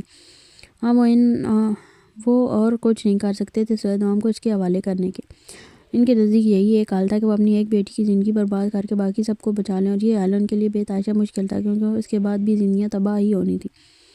اور ان سب چیزوں میں اگر کوئی بالکل خاموش تھا تو وہ تھی دوام۔ کسی نے بھی سوچا کہ دوام بھی انسان ہے، اس کا بھی دل ہے، اس کے بھی خواب ہیں، وہ بھی خوش رہنا چاہتی ہے، وہ بھی ایک پیار کرنے والا شوہر، ایک سادہ زندگی اور عزت کا حق رکھتی ہے۔ لیکن ان سب باتوں کا اس وقت کسی کو خیال نہیں آیا۔ بس ایک ہی بات اہم تھی اور وہ تھی خاندان کی عزت۔ دوام خاموشی سے کچن میں کام کر رہی تھی، اس کے ہاتھ برتن دھو رہے تھے لیکن اس کا دل خوف سے لرز رہا تھا۔ اس کے چہرے پر وہ معصومیت اب بھی موجود تھی لیکن آنکھوں میں ایک گہری اداسی اتر چکی تھی۔ وہ کبھی سوچ بھی نہیں سکتی تھی ایک دن وہ اپنے ہی گھر والوں کے لیے ایک بوجھ بن جائے گی۔ اس نے یہ گمان بھی نہیں کیا تھا کہ اس کی خوبصورتی، جس کی سب تعریفیں کرتے تھے، ایک دن اس کے لیے مصیبت بن جائے گی۔ وہ تو ایک سادہ سی لڑکی تھی۔ وہ تو یہ بھی نہیں جانتی تھی کہ اس نے بس ایسا سب کچھ کیوں ہو رہا ہے، آخر وہ کون سا گناہ کر بیٹھی تھی۔ وہ دن جب اس کی زندگی بدل گئی، وہ اس کی زندگی کا سب سے منحوس دن تھا۔ وہ دن ہی نہ آتا تو شاید سب کچھ ٹھیک رہتا۔ دوام کو کبھی شادیوں میں لے جایا نہیں جاتا تھا، نہ ہی اسے کوئی شوق تھا وہاں جانے کا۔ وہ ہجوم سے گھبراتی تھی، بڑی محفلیں اسے پسند نہیں تھی۔ اس دن بھی اس کا کوئی ارادہ نہیں تھا کہ وہ شادی میں جائے، لیکن اچانک رباب نے کہہ دیا کہ دوام کو اکیلے گھر پر نہیں چھوڑا جا سکتا، اور بس سب نے فیصلہ کر لیا کہ وہ بھی ان کے ساتھ چلی جائے۔ دوام کو کیا خبر تھی کہ اس فیصلے سے اس کی زندگی بدل جائے گی۔ وہ تو بس میں بیٹھی خاموشی سے کھڑکی سے باہر دیکھتی رہی۔ اسے کیا معلوم تھا وہ بس منزل تک نہیں بلکہ ایک بھیانک انجام تک جا رہی ہے۔ بس کے اندر ڈاکو آ گئے، وہ سب کو لوٹنے لگے، پھر اس ڈاکو کی نظر دوام پر پڑی، سب کچھ ختم ہو گیا۔ وہ ایک نظر دیکھ کر ہی اسے اپنا ضد بنا بیٹھا اور وہیں سے دوام کی زندگی جہنم بن گئی۔ اب دوام کے پاس کوئی راستہ نہیں تھا، وہ اس شخص سے شادی نہیں کرنا چاہتی تھی لیکن وہ کچھ کر نہیں سکتی تھی۔ وہ مکمل طور پر بے بس تھی۔ اگر وہ اتنی ہمت والی ہوتی شاید وہ خودکشی کر کے سب کچھ ختم کر دیتی، شاید وہ آرام موت کو گلے لگا لیتی تاکہ اس کے بعد اس کے گھر والوں کو یہ دن نہ دیکھنا پڑتا، لیکن وہ یہ قدم نہیں اٹھا سکتی تھی۔ اس میں اتنی ہمت نہیں تھی کہ اپنی جان دے سکے۔ وہ صرف ایک معصوم لڑکی تھی جسے جینا بھی نہیں آتا تھا اور مرنا بھی اس کے اختیار میں نہیں تھا۔ یا اللہ پلیز میری مدد کریں، مجھے اس مصیبت سے نکال دیں، مجھے کسی قاتل کے ساتھ زندگی نہیں گزارنی، کسی چور ڈاکو کے ساتھ نہیں رہنا۔ اللہ میرے ساتھ اتنا برا نہیں ہو سکتا، میں نے تو کبھی آپ کی نافرمانی نہیں کی، کبھی کسی کا برا نہیں چاہا، تو میرے ساتھ اتنا برا کیوں ہو رہا ہے۔ وہ برتن دھوتے دھوتے وہیں بیٹھ کر آنسو بہانے لگی، لیکن اس کے آنسو صاف کرنے کے لیے بھی یہاں کوئی نہیں تھا۔ کاش اس کے پاس اس کی ماں کی گود ہوتی اور وہ اس کی گود میں سر رکھ کر جی بھر کر رو لیتی، لیکن اگر آج اس کی ماں اس کے پاس ہوتی شاید وہ اس کی ہر مصیبت کو خود پر لے لیتی۔ والدین کہاں اپنے بچوں کی تکلیفوں سے گزرنے دیتے ہیں، وہ تو ہر آزمائش کا رخ اپنی طرف موڑ لیتے ہیں۔ کاش وقت نے اس کے ساتھ یہ ظلم نہ کیا ہوتا۔ یہاں تو ہر کسی کو اپنی پڑی تھی، بے شک اولاد صرف اپنی ہی اچھی لگتی ہے۔ سمیرہ آئینے کے سامنے کھڑی اپنے بالوں کو سنوار رہی تھی۔ وہ بار بار اپنے بالوں میں کنگھی پھیرتی، انہیں سمیٹتی، چھوڑتی اور پھر کچھ لمحوں بعد دوبارہ سجاتی۔ اس کا دھیان دوام کی طرف تھا جو کچن میں خاموشی سے روٹی بنا رہی تھی۔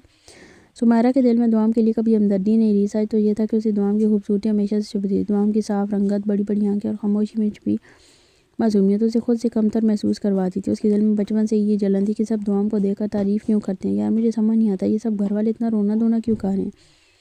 سمیرہ نے بالوں پر ہاتھ پھیرتے ہوئے بے پرواہی سے کہا، اچھا ہی تو ہے، مصیبت سے جان چھوٹ جائے گی، نہ جہیز کا جھنجھٹ، نہ شادی کی تیاریاں، نہ دعوتیں، ڈاکو خود آئے گا، سادگی سے نکاح کرے گا اور دوام کو لے جائے گا، مولوی کا خرچہ بھی نہیں دینا پڑے گا، وہ شاید اپنے ساتھ ہی لے آئے۔ پاس بیٹھی اس کی چھوٹی بہن صفا ہڑبڑا گئی، اس نے آوارہ آواز دھیمی کی اور سمیرہ نے گھورتے ہوئے بولا، آہستہ بولو پاگل، اگر تایا ابا یا تایا ابا نے سن لیا نا تو بیکار مصیبت کھڑی ہو جائے گی، اور تم جو کہہ رہی ہو نا کہ خرچہ نہیں دینا پڑے گا، تو یہ بھی سمجھو کہ وہ لوگ ڈاکو ہیں، کوئی شریف لوگ نہیں ہیں، اور دوام چاہے ہمیں اہم نہ لگتی ہو لیکن ہے تو ہمارے گھر کی بیٹی، اگر ایسے اٹھا کر لے گئے تو بعد میں ہمیں بھی کون پوچھے گا، رشتہ دار، محلے والے سب باتیں بنائیں گے، ہمارے فیوچر پر بھی برا اثر پڑے گا، ساری زندگی اس ڈبے نما مکان میں بیٹھ کر کاٹنی پڑے گی، دعا کرو کہ اللہ کرے اس مسئلے کو کوئی حل نکل آئے، ورنہ بہت بڑی مصیبت آ جائے گی۔ صفا کا انداز سمجھانے والا تھا، جبکہ سمیرہ نے لاپرواہی سے شانے اٹھائے اور دوبارہ اپنے بالوں کو دیکھنے لگی۔ وہ سچ میں خوش تھی، اسے دوام کے ساتھ ہونے والے ہر دکھ سے کوئی فرق نہیں پڑتا تھا، دوام کی خوبصورتی، اس کی خاموشی اور اس کی معصومیت زہر لگتی تھی۔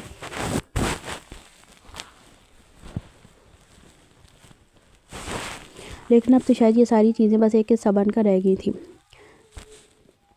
وہ بھی ایک بدنامی کے ساتھ۔ سمیرہ کو اندر سے عجیب سا سکون مل رہا تھا، نفرت میں وہ اتنی اندھی ہو چکی کہ اسے اس بات سے کوئی فرق نہیں پڑتا تھا کہ دوام کی زندگی برباد ہو رہی ہے یا سنور رہی ہے، اسے صرف یہ خوشی تھی کہ اب کوئی دوام کی تعریف نہیں کرے گا، اب دوام صرف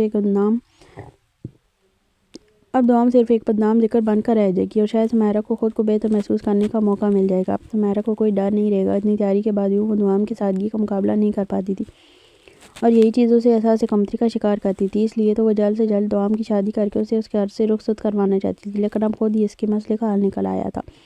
اب سکون ہی سکون تھا، لکڑی کے بھاری دروازے کے سامنے جیسے ہی اس کا گھوڑا شیر دل آ کر رکا، ایک جھٹکے سے وہ شخص زمین پر اترا، اس کے کندھے پر پسینے پوچھنے کے لیے سیاہ کپڑا پڑا تھا، جسم پر کالی قمیص اور تنگ شلوار تھی، اور پیروں میں بھاری بھرکم جوتے چمک رہے تھے، اس کی چال میں ایک ایسا اعتماد تھا جو صدیوں سے چلتی آ رہی کسی فتح مند نسل کا وارث ہی دکھا سکتا تھا۔ دروازے پر دستک دینے کا سوال ہی پیدا نہیں ہوتا تھا، وہ اپنے سجن سائی سے ملنے آیا تھا، جس کے لیے اسے کسی کی اجازت کی ضرورت درکار نہیں تھی۔ اس نے سیدھا دروازے کو دھکا دے کر کھولا، اور اس دھکے کی گونج سے جیسے پورے گھر کی دیواریں بھی لرز گئیں۔ اندر صحن میں پڑی چارپائی پر تایا اور چچا پریشان حال بیٹھے تھے، اور جیسے ہی دروازہ کھلنے کی آواز آئی، ان کے چہرے پر زندگی کی رمق تک مدھم پھٹ گئی، تایا کے ہونٹوں سے سانس جیسے واپس اندر چلا گیا، اور چچا تو باقاعدہ کانپنے لگے۔ دونوں کی نظریں ان کے چہرے پر تھیں جو نقاب سے ڈھکا ہوا تھا، لیکن آنکھیں وہ سبز آنکھیں، وہ مکمل چہرہ بن گئیں، نہ آنکھوں میں وحشت نہیں تھی، قیامت تھی، نہ وہ چیختی تھی نہ وہ بولتی تھی، لیکن ان کی خاموشی میں ایسی ڈار چھپی تھی کہ بندہ صرف نظریں ملا کر بھی زمین میں گڑ جائے۔ وہ سبز آنکھیں ایسی روشنی سے چمک رہی تھیں جیسے کسی ویرانے میں اچانک روشنی کا ریلا پھوٹ پڑا ہو، مگر وہ روشنی سکون نہ دیتی، دل دہلا دیتی تھی۔ ان کی چمک میں غرور تھا، جیت تھی، اور ایک ایسا سحر تھا جو دیکھنے والے کو پلک جھپکنا بلا دے۔ وہ صرف ایک نظر ڈال کر کسی بھی مرد کے اندر کے غرور کو توڑ دینے کی طاقت رکھتے تھے۔ اتنا شاندار، اتنا پررعب اور وجیح مرد کہ عام مردوں کو اپنے مرد ہونے پر شک ہونے لگا۔ السلام علیکم تاؤ۔ دروازے میں قدم رکھتے ہی اس کی گونجدار آواز پورے صحن میں پھیل گئی، سنا فوتگی ہو گئی تمہارے گھر میں؟ لبوں پر عجیب سی مسکراہٹ اور لہجے میں طنزیہ مٹھاس، جیسے بات نہ کر رہا ہو بلکہ تانے مار رہا ہو۔ وہ اندر داخل ہوا تو سیدھا تایا ابو کی چھوڑی ہوئی چارپائی کی طرف بڑھا اور بے نیازی سے ایک طرف پڑا تکیہ اٹھا کر اپنی پشت کے پیچھے جما لیا۔ بیٹھنے کا انداز ایسا جیسے یہ گھر اس کے باپ دادا کی جاگیر ہو، نہ جھجک نہ لیاز، صرف رو۔ میرے سونے سائیں کی خالہ مر گئی ہے، بڑا افسوس ہوا۔ اس نے مصنوعی دکھ سے سر ہلایا، آواز میں ایسا طنز چھپا تھا کہ وہ ایک دوسرے سے بھی نظریں نہ ملا سکے۔ میرا سجن سائی اداس ہوگا نا، یہ سوچ سکون نہیں لینے دے رہی تھی، بس اس لیے دوڑا چلا آیا ہوں اپنے سجن سائی کی آنکھوں کے آنسو پوچھنے کے لیے۔ اس کی آنکھیں اب صحن کے ایک کونے کی طرف دیکھ رہی، جہاں ایک دروازہ نہیں ہوا تھا، اور وہ جانتا تھا کہ نوم اس طرف ہوگی۔ کہاں ہے میرا سونا مکڑا؟ اداس ہو گیا نا؟ آخر خالہ مر گئی ہے، بلاؤ میرے دلدار سائیں کو، جا کے کہو اس کا ہونے والا سرتاج آیا ہے اس کے آنسو صاف کرنے کے لیے۔ جب وہ دوام کا نام لیتا، اس کے لبوں سے چاشنی بہتی تھی جیسے محبت کی کوئی ندی پھوٹ پڑی ہو، لہجے میں وہ مٹھاس تھی جو صرف دوام کے لیے مخصوص تھی، باقی سب کے لیے تو وہ صرف وحشت تھا۔ جیسے سامنے کھڑا دو وجود جو کانپ رہے تھے، جن کی آنکھوں میں خوف پگھلے ہوئے شیشے کی طرح بہہ رہا تھا، مگر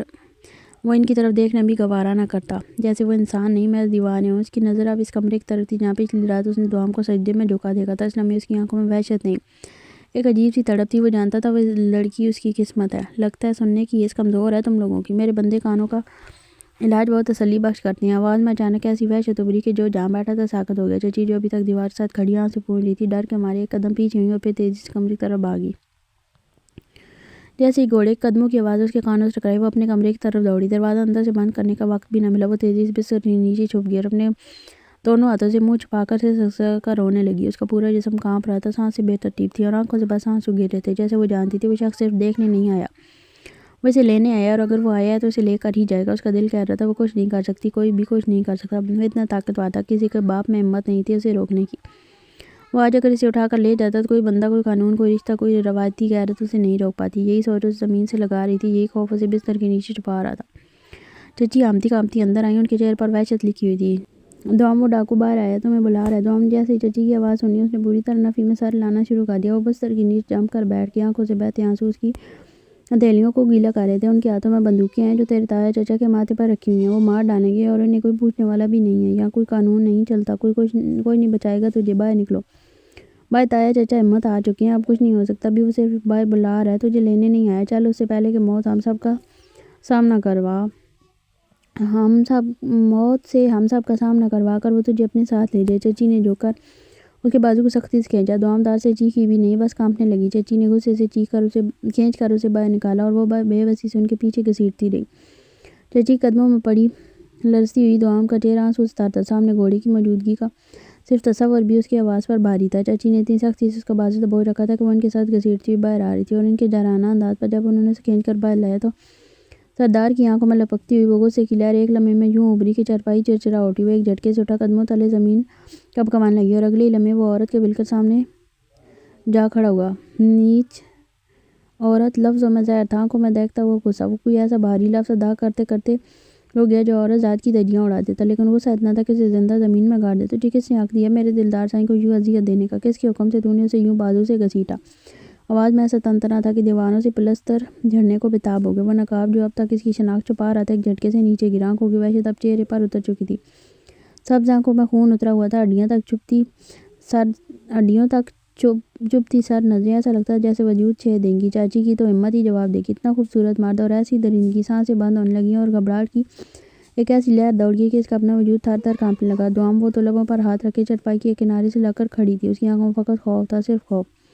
وہ چہرہ، وہ آنکھیں، وہ سر لہجہ وہ پہلے بھی دیکھ چکی تھی، اور پہلے بھی نہ دل دھڑکا تھا نہ روح پگھلی تھی، اور آج بھی صرف کپکپاتی ہوئی خاموش تھی۔ اس کی سرخ آنکھیں جیسے خون میں دھلی ہوں، صرف دہشت پھیلا رہی تھی۔ میرا سونا سائیں، تم ٹھیک تو ہو نا؟ تکلیف تو نہیں ہو رہی؟ اس کے لبوں میں یکدم ایسی مٹھاس گھلی تھی جیسے زہر پیتے وقت شکر چکھ لی ہو۔ چہرے پر چھائی وحشت پل میں کہیں چھپ گئی تھی، لبوں پر ٹوٹتی نرم۔ دوام کو پلک جھپکنے کا ہوش بھی نہیں رکھا، وہ اس کے کندھے پر بازو پھیلاتے ہوئے نرمی سے اسے اپنے قریب لایا۔ درد تو نہیں ہو رہا؟ ڈاکٹر کو بلائیں؟ میرا سونا مکڑا آنسو بہا رہا ہے۔ سردار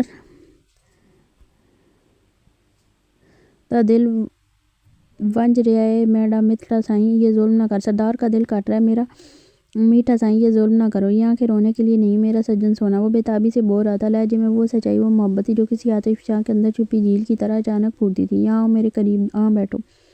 اس نے دوام کو قدم تھام کر ایسا چارپائی پر بٹھایا اور خود دنیا کو اپنی وحشت سے کانپنے پر مجبور کر دینے والے شخص، ایک معمولی ڈری سہمی سی لڑکی کے قدموں میں جھک کر بیٹھ گیا۔ پورے صحن میں خاموشی طاری ہو گئی، صرف دوام کی کانپتی سانسیں سنائی دے رہی تھیں اور باقی سب آنکھیں پھاڑے یہ منظر دیکھ رہے تھے۔ میرا یار سجن اداس ہے، خالہ مر گئی، افسوس ہے، بہت افسوس ہے، لیکن مرنا تو سب نے ہے نا۔ اب مرے ہوئے لوگوں کا دکھ منانے سے بہتر ہے نا ہم اپنی خوشیاں سنواریں۔ ویسے بھی ہمارا نکاح ہے کل پہاڑوں کا راجا اپنی معصوم سائیں کو دلہن بنا کر لے جائے گا۔ اس نے نرمی سے کہا، جیسے دکھ میں لپٹی خوشی کا کوئی جھونکا ہو۔ پھر جیسے اسے یاد آیا، لہجہ فوراً بدل گیا۔ اچھا، تم خالہ کی وجہ سے بہت اداس ہو، ٹھیک ہے، ہم اپنی خوشیاں بعد میں منائی جا سکتی ہیں، لیکن یہ مت سوچنا کہ مجھے تمہاری خالہ کے مرنے کا افسوس نہیں۔ بہت افسوس ہوا، بہت دکھ محسوس کیا میں نے۔ رشتے جب مرتے ہیں تو دل بھی ٹوٹتا ہے۔ میرے ماں باپ مرے تھے نا، تب بھی دل جیسے تھم گیا تھا۔ تمہارے ماں باپ گئے، تم پر بھی تو وہی گزری ہوگی۔ دکھ تو زندگی کا حصہ ہے، لیکن بعض اوقات کچھ سہارے مل جاتے ہیں جو زندگی کو سہارا دے جاتے ہیں، جیسے تم میرے لیے ہو اور میں تمہارے لیے۔ وہ بول ہی رہا تھا کہ بالا کچن کے دروازے کے قریب سے پانی کا گلاس بھر کر لایا۔ بھابھی، اپنی خالہ کا افسوس بعد میں کر لینا، پہلے یہ پانی پی لو، گلا تو خشک ہو گیا ہوگا۔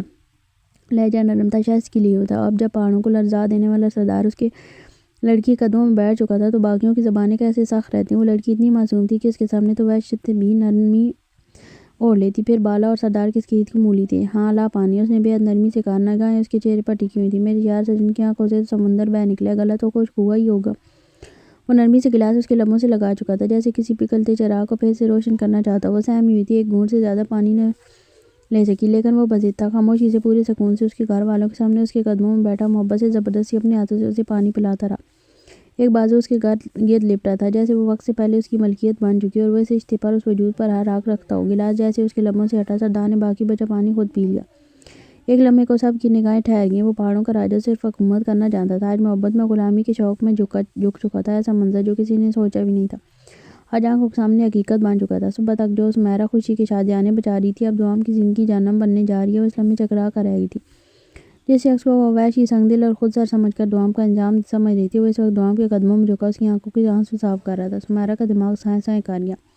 ایک تو وہ لڑکی جو اس دنیا میں اتنا حسن لے کر آئی تھی کہ ہر نظر حسد میں مبتلا ہو جائے، اور اب وہ پتھریلے پہاڑوں کا راجا بھی اس کی قسمت لکھوا کر لے گیا تھا۔ نہ دوام نے کچھ مانگا تھا، نہ اسے چاہا تھا، مگر سب کچھ اسے ہی ملا تھا، اور یہ سب بات سمیرہ کو اندر ہی اندر جلا گئی تھی۔ میرا میٹھا سائیں، ایسا نہیں کانپتے؟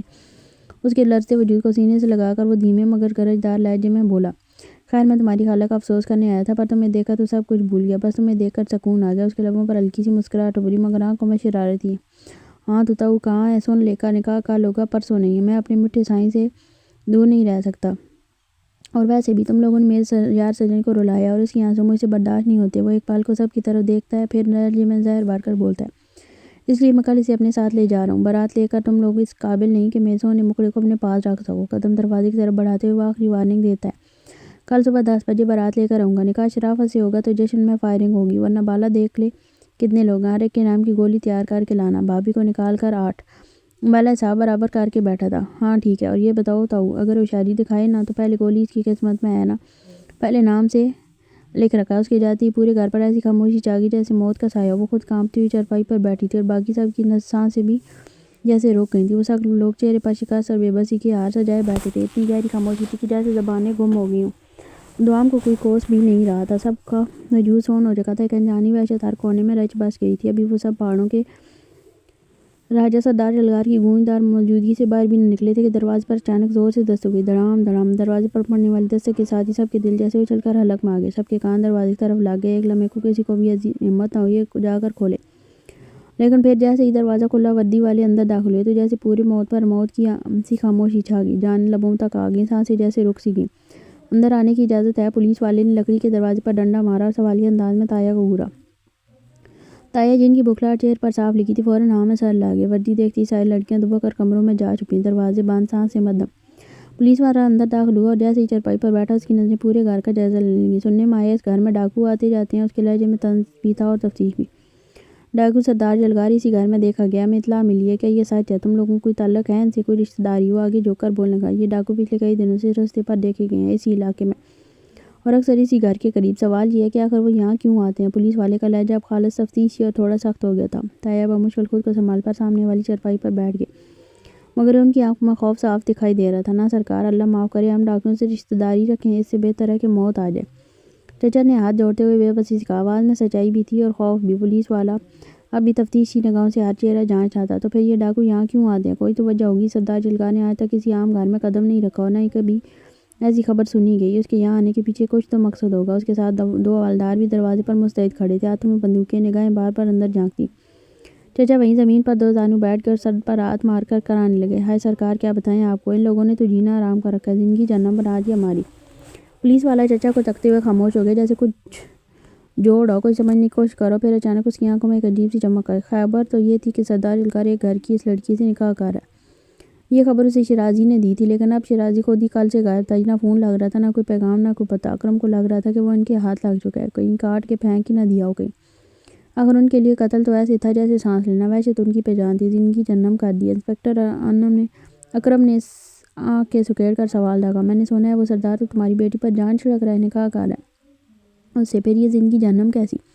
وہ چارپائی کے کنارے پر ٹیک لگائے بیٹھا تھا، ہاتھ میں تھاما ڈنڈا دھیرے دھیرے زمین پر مار رہا تھا۔ اس کے لہجے میں طنز چھپا نہیں تھا، بلکہ چھن چھن کر باہر تھا۔ چچا کا حلق خوش ہو گیا، ماتھے پر پسینے کی بوندیں بنائیں۔ اس نے گلے کو صاف کرتے ہوئے اکلاتے جواب دیا، سرکار وہ ڈاکو ہے، وہ جو چاہے کر سکتا ہے، ہم کیا کر سکتے ہیں؟ ہم نے تو نہ کبھی بلایا نہ چاہا، ہماری بیٹی کو زبردستی۔ او زبردستی؟ انسپکٹر اکرم نے سخت لہجے میں سوال داغا تو چچا کے آنسو بہہ نکلے۔ صاحب جی ہم سچ کہہ رہے ہیں، ہماری بچی کی عزت داؤ پر لگی ہے۔ وہ سردار، وہ ڈاکو زبردستی اسے اپنے نکاح میں لینا چاہتا ہے۔ اس نے ہاتھ جوڑ دیے، دل کٹ رہا تھا، کل بارات لائے گا کہہ گیا، کیا کریں ہم؟ کوئی کچھ نہیں سن رہا، کسی میں ہمت نہیں ہے، تو رپورٹ کیوں نہیں کی پہلے؟ انسپکٹر نے گھور کر پوچھا۔ صاحب جی کون رپورٹ کرتا ہے؟ اس کا نام سنتے ہی لوگ کانپ جاتے ہیں، وہ کسی کو نہیں ملتا، پولیس کو بھی نہیں، گاؤں کے لوگ دروازے تک کھٹکھٹانے سے ڈرتے ہیں۔ چچا کی آواز رونسی ہوگی۔ صاحب جی ہم اپنی بیٹی کو کسی ڈاکو کے حوالے نہیں کر سکتے، ہم بس اتنا چاہتے ہیں وہ بچ جائے۔ وہ ظالم ہے ظالم۔ چچا نے زمین پر ہاتھ مارا جیسے اپنی لاچاری پر ماتم کر رہا ہو۔ انسپکٹر اکرم چند لمحے خاموش رہا جیسے ذہن میں کوئی گرہ کھولا۔ پھر اس نے طاہر چچا کی طرف دیکھا جن کے چہرے پر اب بھی خوف اور بے بسی کی جھریاں رینگ رہی تھیں۔ دیکھو تم لوگ کہہ رہے ہو نا کہ سردار یلغار زبردستی نکاح کرنا چاہتا ہے نا؟ چچا نے نم آنکھوں سے سر لایا۔ ہاں صاحب جی، وہ ظالم ہے، کچھ بھی کر سکتا ہے۔ کل بارات لانے کا کہہ گیا ہے۔ انسپکٹر کے ہونٹوں پر ایک سخت سی مسکراہٹ ابھری۔ تو بس پھر ہمیں وہی دن چاہیے۔ کل جب وہ بارات لے کر آئے گا۔ وہ لمحہ بھر کو رکا، پھر نظریں طاہر کی آنکھوں میں گاڑ کر بولا، تب تمہاری لڑکی سب کے سامنے، پولیس والوں کے سامنے خود یہ بیان دے گی وہ یہ نکاح نہیں کرنا چاہتی اور اس پر زبردستی ہو رہی ہے۔ طاہر چچا ایک دم چونک گئے، پھر چچا اکلاتے ہوئے بولے، مگر صاحب جی وہ لڑکی تو بہت ڈری ہوئی ہے، وہ کچھ بولے گی بھی تو اسے بولنا پڑے گا۔ اکرم نے ٹھوس لہجے میں کہا، یہی قانونی دروازہ، ہمیں سردار یلغار کے خلاف ایک ایسا ثبوت چاہیے جو اسے عدالت میں کھڑا کر سکے اور لڑکی کا بیان زبردستی کے نکاح کی گواہی، یہ ہمارے لیے وہی سے بڑا ثبوت ہوگا۔ اور ایک بار جب ہم وہ بیان دے گی تو ہم اسے حراست میں لے لیں گے، پھر باقی فائل جو ہم خود کھولیں گے۔ فی الحال ہمارے پاس کوئی وجہ نہیں ہے اسے جیل میں ڈالنے کی، اس کے خلاف پرانے کیسز، اس کے جرائم، سب کچھ، لیکن ہمیں کارروائی کی شروعات کے لیے بس ایک بڑی وجہ چاہیے۔ تمہاری بیٹی کی جرأت ہمیں وہ وجہ دے سکتی ہے۔ طاہر چچا دونوں حیرت سے ایک دوسرے کو دیکھنے لگے۔ اس کے چہرے پر پہلی بار کوئی امید، کوئی ممکنہ نجات کی کرن چمکی تھی۔ بس لڑکی کو تیار رکھو، کل بارات کے وقت وہ ہماری آنکھیں، ہماری آواز بنے گی، اور ایک بار وہ بول پڑی تو سردار یلغار کا انجام قریب ہوگا۔ انسپکٹر کی آواز میں ایک کن تھا، یا ایسا ارادہ جو شاید برسوں بعد اس کے اجڑے گھر میں قانون کی صورت داخل ہوا تھا۔ طاہر نے لرزتے ہاتھوں سے انسپکٹر اکرم کے قدموں کی طرف ہاتھ جوڑ دیے، جیسے برسوں بعد کہیں روشنی کی کرن دکھائی دی ہو۔ صاحب جی ہم بالکل تیار ہیں، ہم اپنی بیٹی کو بھی سنبھالیں گے، وہ ضرور بولے گی، ضرور سچ بولے گی۔ اس کی آواز میں امید تھی لیکن ساتھ ہی ایک خوف سا بھی۔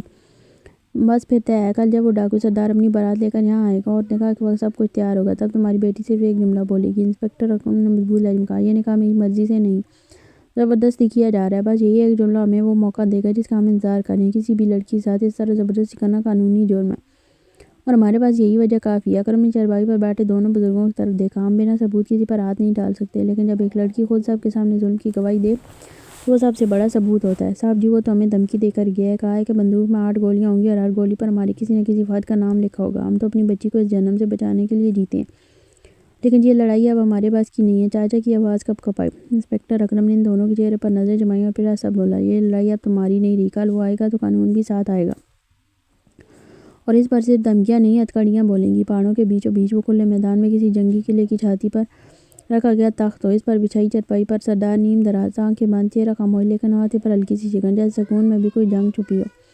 جمرو ہاتھ میں پنکھا لیے اس کے پاؤں دبا رہا تھا، لیکن اس کے انداز میں چاپلوسی اتنی نمایاں تھی کہ وہ پنکھا جھولنے سے سردار کے قدموں میں جھکا جھکا لگ رہا تھا۔ سردار وہ تمہاری شادی ہے اور ہم جشن نہ منائیں؟ میں چاہتا تھا رات میں وہی پرانا طریقہ ہو، پہاڑ گونجیں گے، بولیاں چلیں گی، آسمان چمکے گا، تمہارا نام سن کر زمین بھی کانپے گی۔ جمرو نے جھک کر اس کے ہاتھ پر پیر پھیرا، جیسے اس کے جوتے بھی چمکانے کا ارادہ رکھتا ہو۔ سردار نے آنکھ کھولی اور جمرو کو ایک نظر دیکھا، بہت زبان چل رہی ہے آج تیری، تمہارے حکم پر بندے ہیں سردار۔ جمرو دانت دکھاتا فوراً سیدھا ہو بیٹھا۔ اس لمحے بالا بھی وہاں پہنچا جو کافی مصروف لگ رہا تھا، ہاتھ میں سگریٹ، چہرے پر وہی پرانی چوکی، لیکن آنکھوں میں ایک نئی چمک۔ یار سادہ نکاح ٹھیک ہے، لیکن جشن تو ہونا چاہیے، وہ بھی ویسا والا، پوری وادی میں گولیاں چلیں، بندوقیں چھتوں سے نکلیں، زمین لرزے، آئے ہائے یہی روایت ہے ہمارے قبیلے کی۔ سردار نے سیدھا ہو کر بیٹھتے پیروں کو سیدھا کیا اور ایک گہرا سانس لے کر بولا، میں بھی یہی کہہ رہا تھا سردار، ہماری تو روایت ہے۔ جمرو تیز تیز اس کے پیر دبانے لگا، روایت تو رہے گی لیکن یاد رکھو ہر گولی کا ہدف ہونا چاہیے، اندھی فائرنگ میں صرف شور ہوتا ہے، دھاک نہیں بیٹھتی۔ ارے تم فکر نہ کرو، اس پر سب کچھ پلان کے تحت ہوگا، تم آؤ گے، کرسی پر بیٹھو گے، ہمارے سردار کی شادی ہے، کوئی عام بات ہوئی ہے، دشمنوں کے دل کانپیں گے۔ ہم نے تمہارے لیے ایک خاص اسلحہ بچا کر رکھا ہے، وہی جو پرسوں رات جو قبضے سے تم نے چھینا تھا۔ وہ اسلحہ وہ معمولی نہیں تھا، وہ ریلا وار کا سامان تھا، خفیہ ترسیل کے لیے بھیجا جا رہا تھا، دشمن ملک کا مال تھا، لیکن ہم نے وقت پر ہاتھ ڈال دیا۔ بالا نے ہنستے ہوئے کہا، اور اس پر فوج بھی خوش ہے، تم نے جو راتوں رات پورا مال ٹرک سمیت پہنچا دیا، وہ بھی بغیر کسی نقصان کے۔ واہ سردار، تمہاری بہادری کی گواہی اب پہاڑ بھی دیں گے۔ قسم لے لو سردار، وہ بندوق جو اوپر والے بکسے میں تھی نا، میں نے اسے دیکھ کر ہی کہا تھا یہ تمہارے ہاتھ کی چیز ہے، لیکن بالا نے کہا فوج کو دینی ہے تو میں نے ہاتھ نہیں لگایا۔ جمرو جھٹ سے بولا۔ سردار کے چہرے پر ہلکی سی مسکراہٹ ابھری، اچھا کیا، یہ اسلحہ ذاتی کام کے لیے نہیں ہوتا، یہ وہ آگ ہے جو یا تو دشمن جلاتی ہے یا وطن بچاتی ہے، لیکن تمہاری شادی وہ الگ بات ہے، اس رات ہم دشمن نہیں مٹائیں گے، جشن منائیں گے، بندوقیں چلیں گی لیکن خوشی میں، زمین ہلے گی لیکن تمہارے نام پر۔ بالا تھوڑا جھکا، لہجے میں معصومیت تھی۔ سردار نے گن ذرا دائیں کی، جشن ہو لیکن میرے نام کی عزت رہے، ہم ڈاکو ضرور ہیں لیکن اپنی حرمت رکھتے ہیں، دشمنوں کو آگ میں جلائیں گے، اپنے لیے مشعلیں جلائیں گے۔ محفل زوروں پر تھی، دھول کی تھاپ اور فضا میں بارود کی باس کھلی ہوئی تھی، کچھ فاصلے پر زمین میں گولیاں مار کر فائرنگ کی جا رہی تھی، جیسے جشن نہ ہو، کوئی جنگ جیتی گئی ہو۔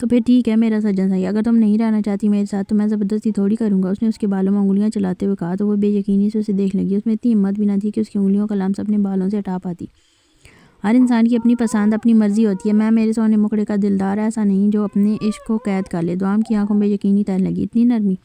یہ وہی شخص تھا جس کے حکم پر بندوقیں ان سب کے سروں پر رکھی گئی تھی، یہ وہی شخص تھا جو بات بات پر لوگوں کے سینوں میں اپنے اسلحے سے لوہا بھر دیتا تھا۔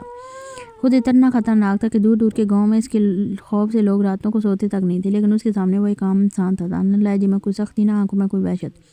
تم جانا چاہتی ہو پرسکون ہو جاؤ، تم یہاں تم سے کوئی زبردستی نہیں ہوگی، بندوق کی نوک پر معاہدے ہوتے ہیں، نکاح نہیں، نکاح تو دل کی رضامندی سے ہوتا ہے، اور میرے سونے مکڑے کے دل کی رضامندی نہیں تو نکاح کیسے ہوگا؟ جاؤ میرا دلدار سجن، تم آزاد ہو۔ وہ نرمی سے اس کا گال تھپتھپاتے ہوئے بولا، میرے گھر والے ڈاکو جی۔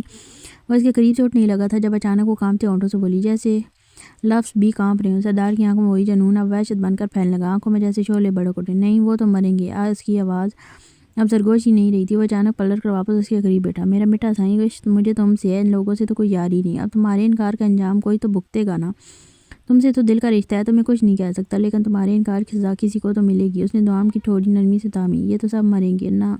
نہیں ڈاکو جی نہیں، وہ بری طرح سے کانپنے لگی تھی۔ نہ میرا میٹھا سائیں، نہ، یہ تو ناشکری ہے، تم ناشکری کاری ہو میرا یار سجن۔ اس کے لہجے میں پھر سے دنیا جان کی مٹھاس سمٹ آئی تھی۔ میں اچھا انسان نہیں ہوں میرا گلاب سائیں، بالکل بھی نہیں ہوں، اور تم نے اس برے انسان سے نکاح کرنے سے انکار کر دیا، تم اپنا برا پن کسی پر تو نکالوں گا نا۔ اس کا اشارہ دوام کے پیچھے بیٹھے کانپتے وجودوں کی طرف تھا۔ تم انکار کر سکتی ہو، تم کچھ بھی کر سکتی ہو، تمہیں اجازت جاؤ تو یہ خنجر سردار دلدار جلگار کے سینے پر چلانے کی بھی۔ ارے تمہیں تو اس عاشق کا خون بھی معاف، لیکن یہ میری محبت کا خمیازہ بھگتیں گے۔ دوام کا وجود مزید سکڑ گیا، وہ اب جان چکی تھی کہ اس کے انکار کی قیمت وہ نہیں دوسرے چکائیں گے۔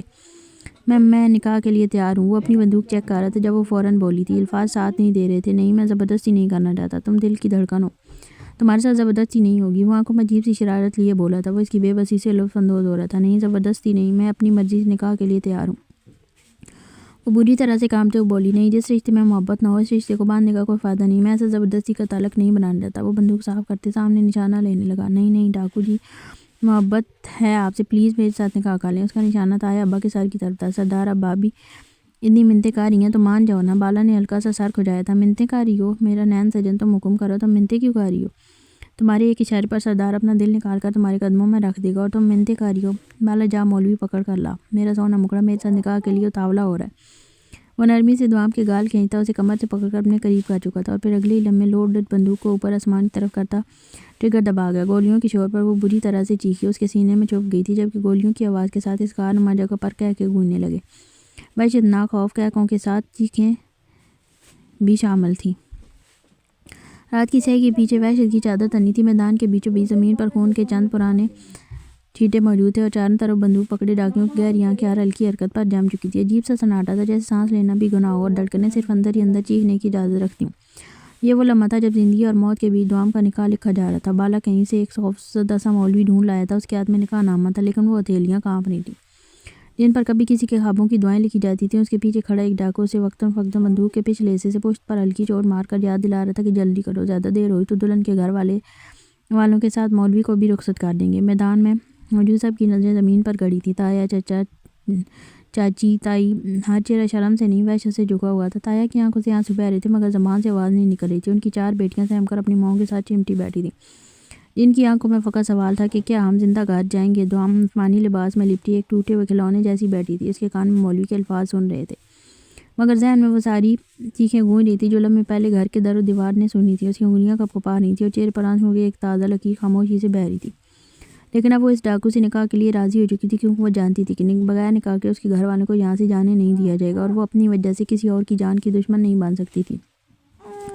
دوام بنت شفاعت حسین کا نکاح دلدار جلگار خان والد دلاور احمد کے ساتھ حق مہر میں زندگی بھر کے ساتھ سی محبت کا سمندر اور دلدار کی زندگی بھر کی کمائی کا ایک ایک روپیہ اس کے نام کیا جاتا ہے۔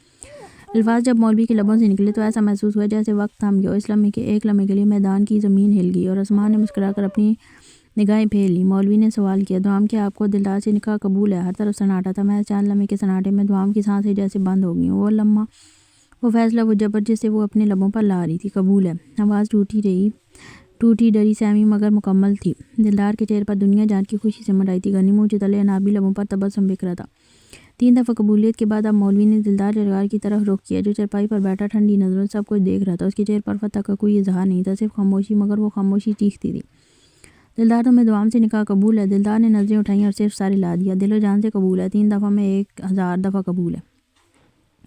اس یہ کہنے کی دیر تھی کہ وہاں موجود سب لوگوں نے مبارکباد کا سلسلہ شروع کر دیا۔ مولوی نے نکاح مکمل ہونے کا اعلان کیا تو اگلے ہی لمحے گولیاں چلنے لگیں۔ ہوا میں سیٹیاں مارتی ہوئی گولیاں ایک جشن کی طرح چلائی گئیں۔ کچھ بندوقیں ہوا میں تھیں، کچھ زمین کی طرف، اور کچھ بس یوں ہی دیواروں پر، تاکہ وحشت مکمل ہو جائے۔ ڈاکو چیخنے لگے، چلانے لگے، خوشی سے نعرے لگانے لگے، مبارک ہو سردار کو، مبارک ہو نئی دلہن کو۔ دعام کی چیخ گلے میں دب گئی۔ چچا تایا خاموش تھے مگر اندر سے ٹوٹ گئے تھے۔ ان کے لیے یہ نکاح نہیں تھا، یہ ایک اعلان تھا کہ اب وہ بے بس ہو چکے ہیں، کوئی ان کی عزت چھین کر لے گیا اور وہ کچھ بھی نہیں کر سکے۔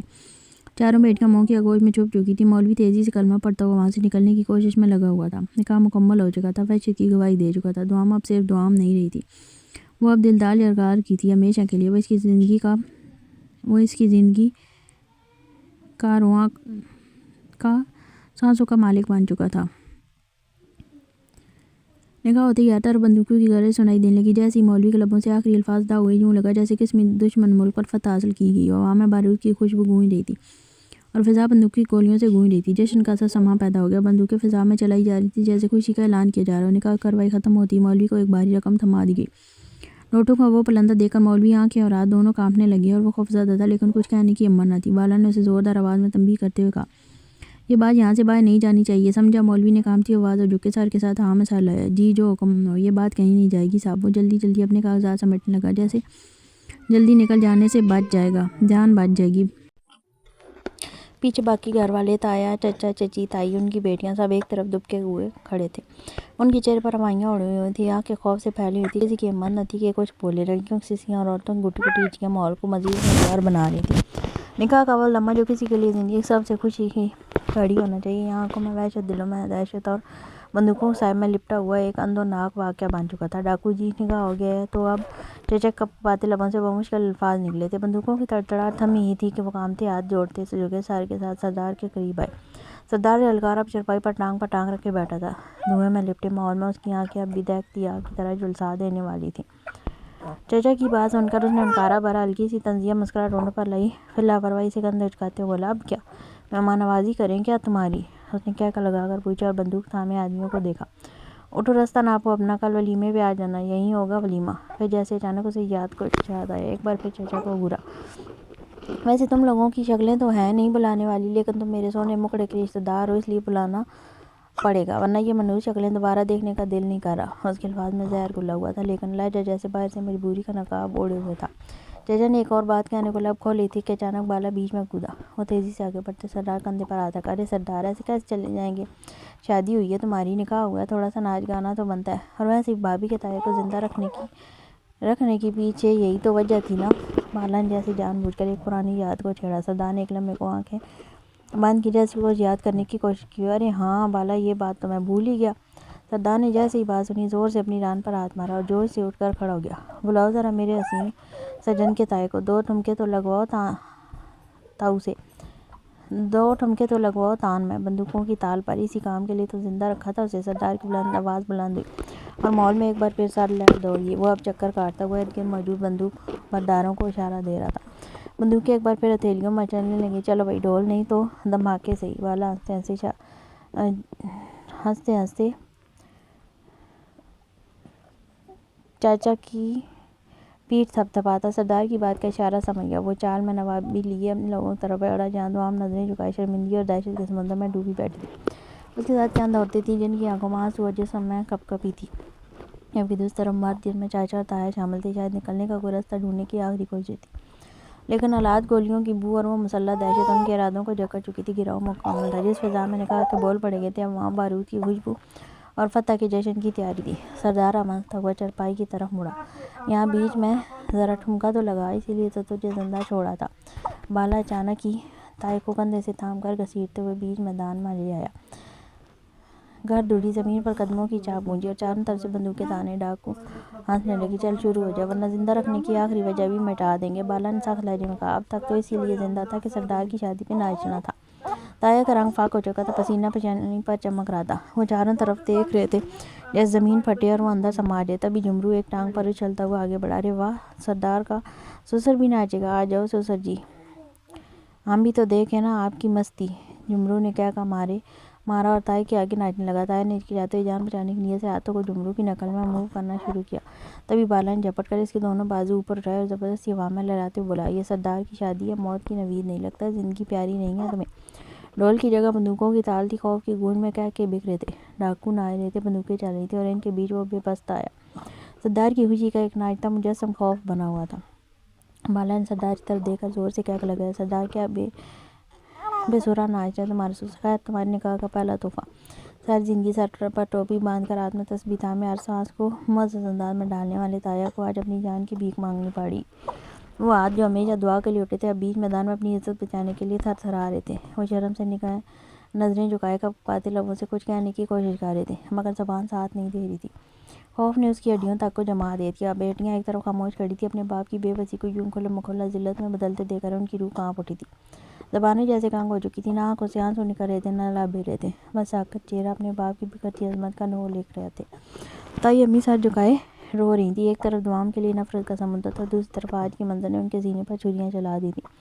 چاچی کی نگاہیں وہ تو جیسے آگ برسا رہی تھی، ان کی نظروں میں دعاؤں کے لیے صرف نفرت تھی، اسی کی وجہ سے آج یہ دن دیکھنا پڑا۔ ان کی آنکھیں چیخ رہی تھیں، لیکن وہ جانتی تھی زبان کھولی تو کیا ہوگا۔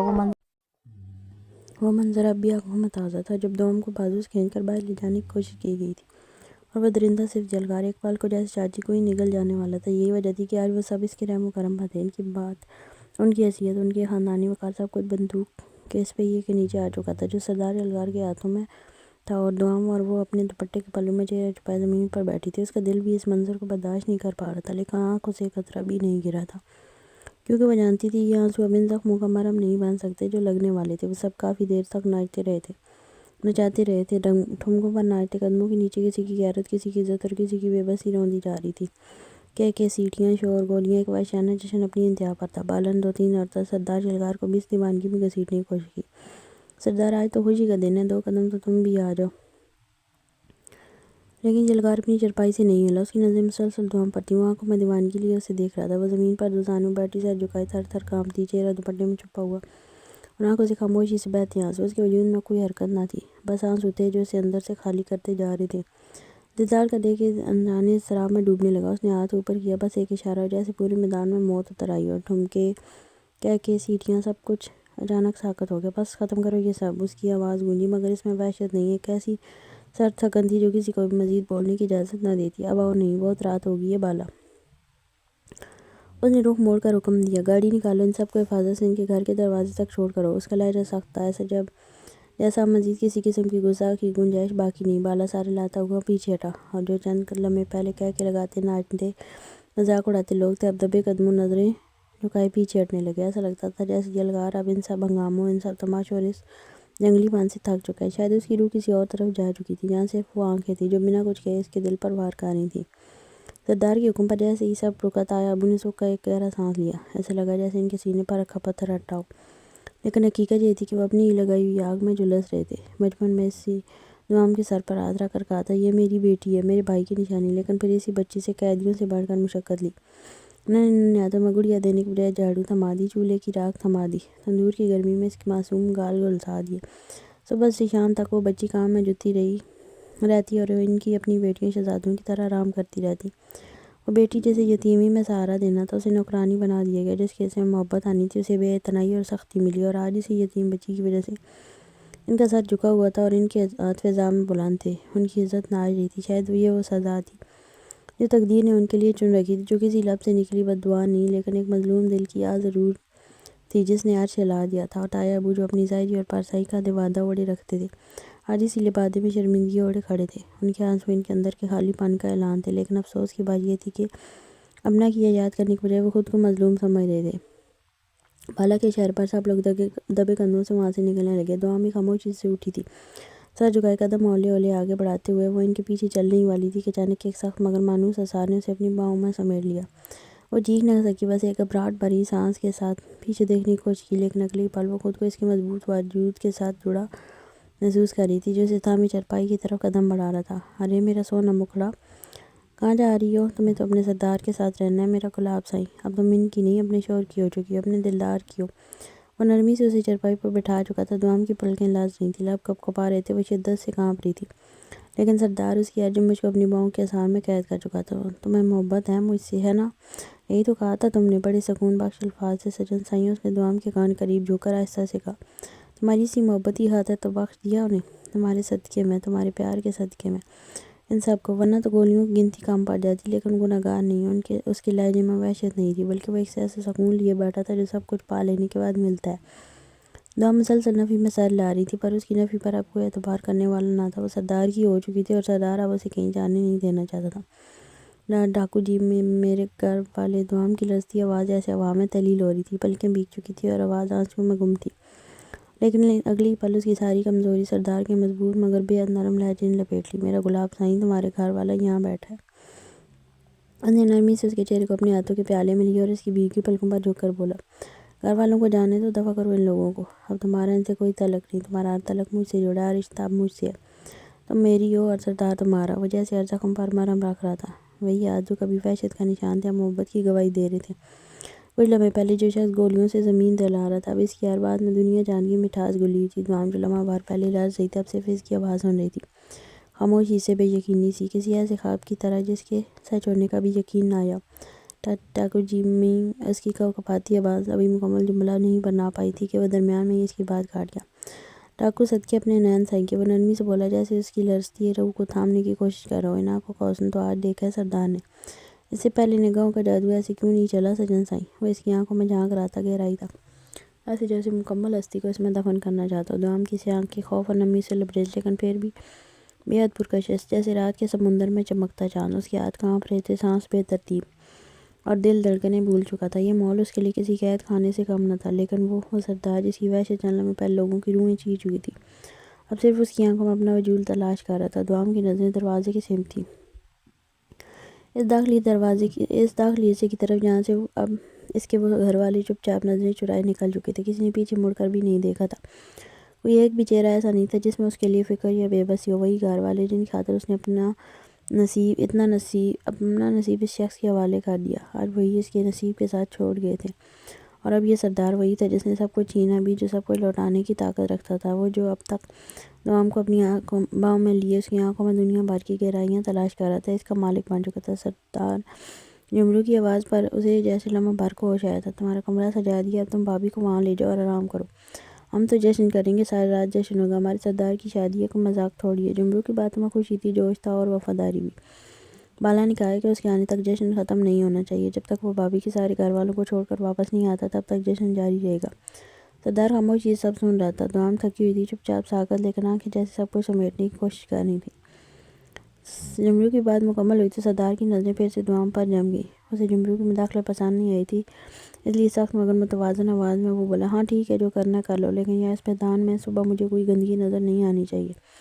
ساری رات فائرنگ کرو، بندوقیں چلاؤ، جشن مناؤ، مجھے میں اعتراض نہیں، لیکن صبح یہ میدان صاف چاہیے۔ ایک تنکا بھی نہ بچے۔ وہ اٹھ کر کھڑا ہو چکا تھا، اس کی گرفت میں دوام کا نازک ہاتھ تھا، وہ نرمی سے اس کا ہاتھ تھامے ہوئے تھا جیسے کانچ پکڑ کر رکھا نازک ٹکڑا ہو۔ وہ سادہ سے لباس میں تھی، نہ لہنگا، نہ زیور، نہ سر پر بھرکم دوپٹہ، لیکن اس کی موجودگی سب سے قیمتی زیور تھی سردار کے لیے۔ اس کی دلہن بنا کسی تیاری کی بھی دنیا کی سب سے خوبصورت دلہن تھی، لیکن اب اس کی آنکھوں میں تھکن تھی۔ وہ نرمی سے اسے اپنا سہارا دیتا آگے بڑھنے لگا تو اس کے خوف سے وہ لرزتی تھی، اس کے قدموں میں لڑکھڑاہٹ تھی، جب اگلے ہی لمحے وہ اس کے نازک سے وجود کو اپنی باہوں میں بھرتا اپنے سینے سے لگائے قدم آگے کی طرف بڑھا چکا تھا۔ وہ سردار جو ہر لمحہ وحشت کا استعارہ بنا ہوا تھا، اس وقت بے حد بے فکری سے دوام کو اپنی باہوں میں اٹھائے پتھریلے، سخت اور خاموش پہاڑوں پر یوں چل رہا تھا جیسے وہ رستہ برسوں سے اسی کے قدموں کا عادی ہو۔ لیکن دوام کے لیے یہ سب کچھ خواب جیسا نہیں، ڈراؤنا خواب تھا۔ ہر قدم پر اسے لگتا تھا وہ گر جائے گی، ٹوٹ جائے گی۔ وہ گرنے کے خوف سے مزید اس کے سینے سے چپکتی تو وہ مسکراتے ہوئے اسے مزید اپنی باہوں میں قید کر لیتا۔ دوام کو لگ رہا تھا وہ ان پتھریلی دیواروں میں کہیں دفن ہو جائے گی، اور موت وہ تو جیسے ہر لمحہ اس کی سانس کے گرد لپٹنے کو تیار تھی۔ تب یہ سردار ایک خاص جگہ پر رکا، دوام کو سینے میں چھپائے کچھ پل یوں ہی ٹھہرا جیسے ہم نے کسی خفیہ راز کو سامنے لانے سے پہلے آخری بار سانس لے لیا۔ پھر اس نے اپنے پیر کی مدد سے ایک مخصوص بٹن دبایا، پہاڑ کا ایک حصہ دھیرے سے سرکا، اور ان کے سامنے ایک چمکتا ہوا روشن کمرہ ظاہر ہوا، جیسے پہاڑ کے اندر چھپی کوئی جنت۔ وہ دوام کو ابھی اپنے بازوؤں میں لیے اس کمرے میں داخل ہوا، ادوام کی آنکھوں میں بے یقینی سی تیرنے لگی۔ اس نے سردار کے سینے سے سر ہٹایا اور نظریں دوڑائیں اس کمرے میں جو کسی شہنشاہ کے خفیہ محل سے کم نہ تھا۔ پتھروں سے بنا ایک بڑا سا ماسٹر بیڈ، لیکن اس پر سجا نرم گرم اور مہکتا بستر ایسا لگ رہا تھا جیسے جنگل میں کچھ محل چھپا بیٹھا۔ کمرے میں اے سی کی ٹھنڈک، روشنی اور آسائش کا ہر سامان موجود تھا۔ پتھر کی سخت زمین پر قالین بچھا ہوا تھا اور ہر چیز میں پتھر کی سختی اور پہاڑوں کی سنہری جھلک واضح تھی۔ اس پہاڑی دنیا کے بیچ یہ کمرہ وہ راز تھا جسے سردار نے اپنی دنیا سے چھپا کر رکھا تھا اور اب اس راز میں دوام کو شامل کر دیا تھا۔ کمرہ بہت اونچائی پر واقع تھا، نیچے میدان کہیں بہت پیچھے چھوٹا محسوس ہو رہا تھا۔ چاروں طرف صرف پہاڑ تھے، خاموش، پر اسرار اور ہیبت ناک۔ یوں لگتا تھا جیسے ہر پہاڑ ایک چھپا ہوا راز ہو، ہر چٹان اپنی کہانی خود میں دفن کیے بیٹھی ہو۔ لیکن اس لیے ہمیں دوام کے لیے ان رازوں کو جاننا اہم نہیں تھا، اسے صرف ایک خوف تھا، ایک انجانا سا ڈر جو اس کے دل میں گونج رہا تھا۔ وہ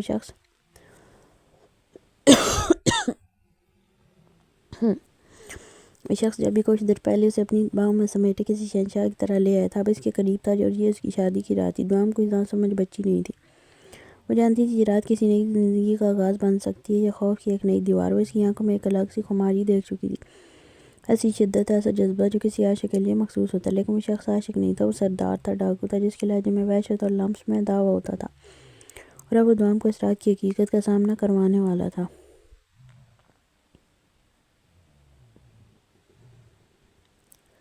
آج اس مصیبت سے جان تو چھوٹ گئی تھی لیکن جس سے وہ لوگ برسوں سے جان چھڑانا چاہتے، لیکن وہ کہاں جانتے تھے کہ یہ سب کچھ ایسے ہوگا۔ جس ڈاکو سے وہ اپنی بیٹیوں، بہنوں اور عزت کو بچا رہے تھے، آخرکار وہی ڈاکو ان کے گھر کا داماد بن گیا تھا۔ تایا ابا شکستہ قدموں کے ساتھ گھر واپس لوٹے، چہرے پر ہار جانے کا کرب اور آنکھوں میں مایوسی کی جھلک نمایاں تھی۔ چاچا تو غصے اور بے بسی سے پاگل ہو رہے تھے، ان کے اندر کا غرور، اناج، سب کچھ اس وقت زمین بوس ہو چکا تھا۔ آخر وہ ڈاکو بازی لے گیا تھا، وہ ان کے گھر کی بیٹی کو اپنے ساتھ لے گیا تھا اور وہ کچھ بھی نہ کر سکے، کچھ بھی نہیں، سوائے خوف کے، ڈر کے اور خاموشی کے۔ گھر کی دیواریں خاموش تھیں، سہم ہوا بھی سہم کر گزر رہی تھی اور گھر والوں کے چہرے ایسے جیسے کسی جنگ کے قیدی ہوں جو ہار گئے ہوں۔ ڈاکوؤں کی وحشت اب بھی ان کے دلوں میں چنگاریوں کی طرح دہک رہی تھی، وہ سب بری طرح لرزے ہوئے تھے، جیسے ان کی ہڈیاں تک خوف سے جم چکی ہوں۔ آنکھوں میں نیند کا نام و نشان نہ تھا اور دل مسلسل کسی انہونی کی دھڑکن پر اٹکا ہوا تھا۔ صرف لڑکی کو نہیں، پورے خاندان کو سرعام لے جایا گیا تھا۔ سب کے سامنے گاؤں والوں کی نظریں جھک گئی تھیں اور ان کا مان، ان کی عزت، ان کی سالوں پرانی رعب و دبدبے کی دیوار ایک پل میں زمین بوس ہو گئی تھی۔ جس بھائی کی بیٹی صرف زمین کے ایک ٹکڑے کی عوض میں پالا، جسے اپنی انا کی ضد میں قربان کر دیا، وہی بیٹی اب ان سب کی بے بسی کی سب سے بڑی گواہ بن رہی تھی۔ تایا ابو شکستہ قدموں سے دروازے میں داخل ہوئے، ان کی پشت وہ جو کھول لیے ہوئی تھی جو صرف شرمندگی اور ندامت میں آیا کرتا۔ چاچا کا حال تو اور بھی برا تھا، ان کے چہرے پر غصہ اور بے بسی کا ایسا امتزاج تھا جیسے کوئی دھماکہ اندر ہی اندر ہو چکا، لیکن وہ کچھ بھی نہیں کر سکے، کچھ بھی نہیں۔ اب صرف سوال ہی باقی تھے، اب ان کی بیٹیوں کا کیا ہوگا؟ کیا کوئی ان سے رشتہ کرے گا؟ کیا ان کے خاندان کا نام عزت سے لے گا؟ کیا وہ کبھی اپنی کھوئی ہوئی عزت واپس لا سکیں گے؟ یہ ساری زندگی اپنے کیے کا کفارہ دیتے گزار دیں گے۔ ان کے آنسو بہہ نہیں رہے تھے، اندر ہی اندر ٹپک رہے تھے، کیونکہ کچھ دکھ آنکھوں سے نہیں دل سے برستے، اور آج سب کا دل ٹوٹ چکا تھا کہ کاش اس رات کی کوئی صبح نہ ہو، کہ سورج طلوع ہونے سے پہلے ہی وقت رک جائے، کیونکہ اگر یہ رات بیت گئی تو ان کے نصیب میں صرف ذلت، رسوائی اور شرمندگی لکھی جائے گی۔ ان کے دلوں میں ایک خوف سمایا ہوا تھا، یہ صرف ڈاکوؤں کا نہیں، یہ ایک بے واعظ طوفان کا تھا جو گاؤں والوں کی نظروں میں آئے گا۔ وہ جانتے تھے کل جب سورج نکلے گا تو وہ روشنی ان کے لیے اجالا نہیں بلکہ ان کی بدکرداری، حرص اور نیت کی کالک کو عیاں کرے گی۔ کیا جواب دیں گے وہ گاؤں والوں کو کہ ڈاکو کیوں لے کر گئے تھے؟ ان کے پاس کوئی جواب نہیں۔ سچ تو یہ تھا کہ جواب بنتا ہی نہیں تھا، کیونکہ جواب تب ہوتا جب سوال غلط نہ ہوتا، اور یہاں غلط وہ خود تھے۔ ان کا ہر فیصلہ اللہ اللہ، ہر انکار، سب کچھ جاننے کے باوجود وہ کچھ نہ کر سکے سوائے کانپنے کے۔ وہ دیوار سے لگے بیٹھے تھے جیسے اپنی ہی گناہوں کی لاش پر ماتم کر رہے ہوں، اور اب وہ بس اس دعا میں تھے کہ یا تو وقت پلٹ جائے یا یہ رات کبھی ختم نہ ہو، کہ وہ کل کا سامنا نہ کر سکے، ورنہ اور کوئی حل نہیں تھا۔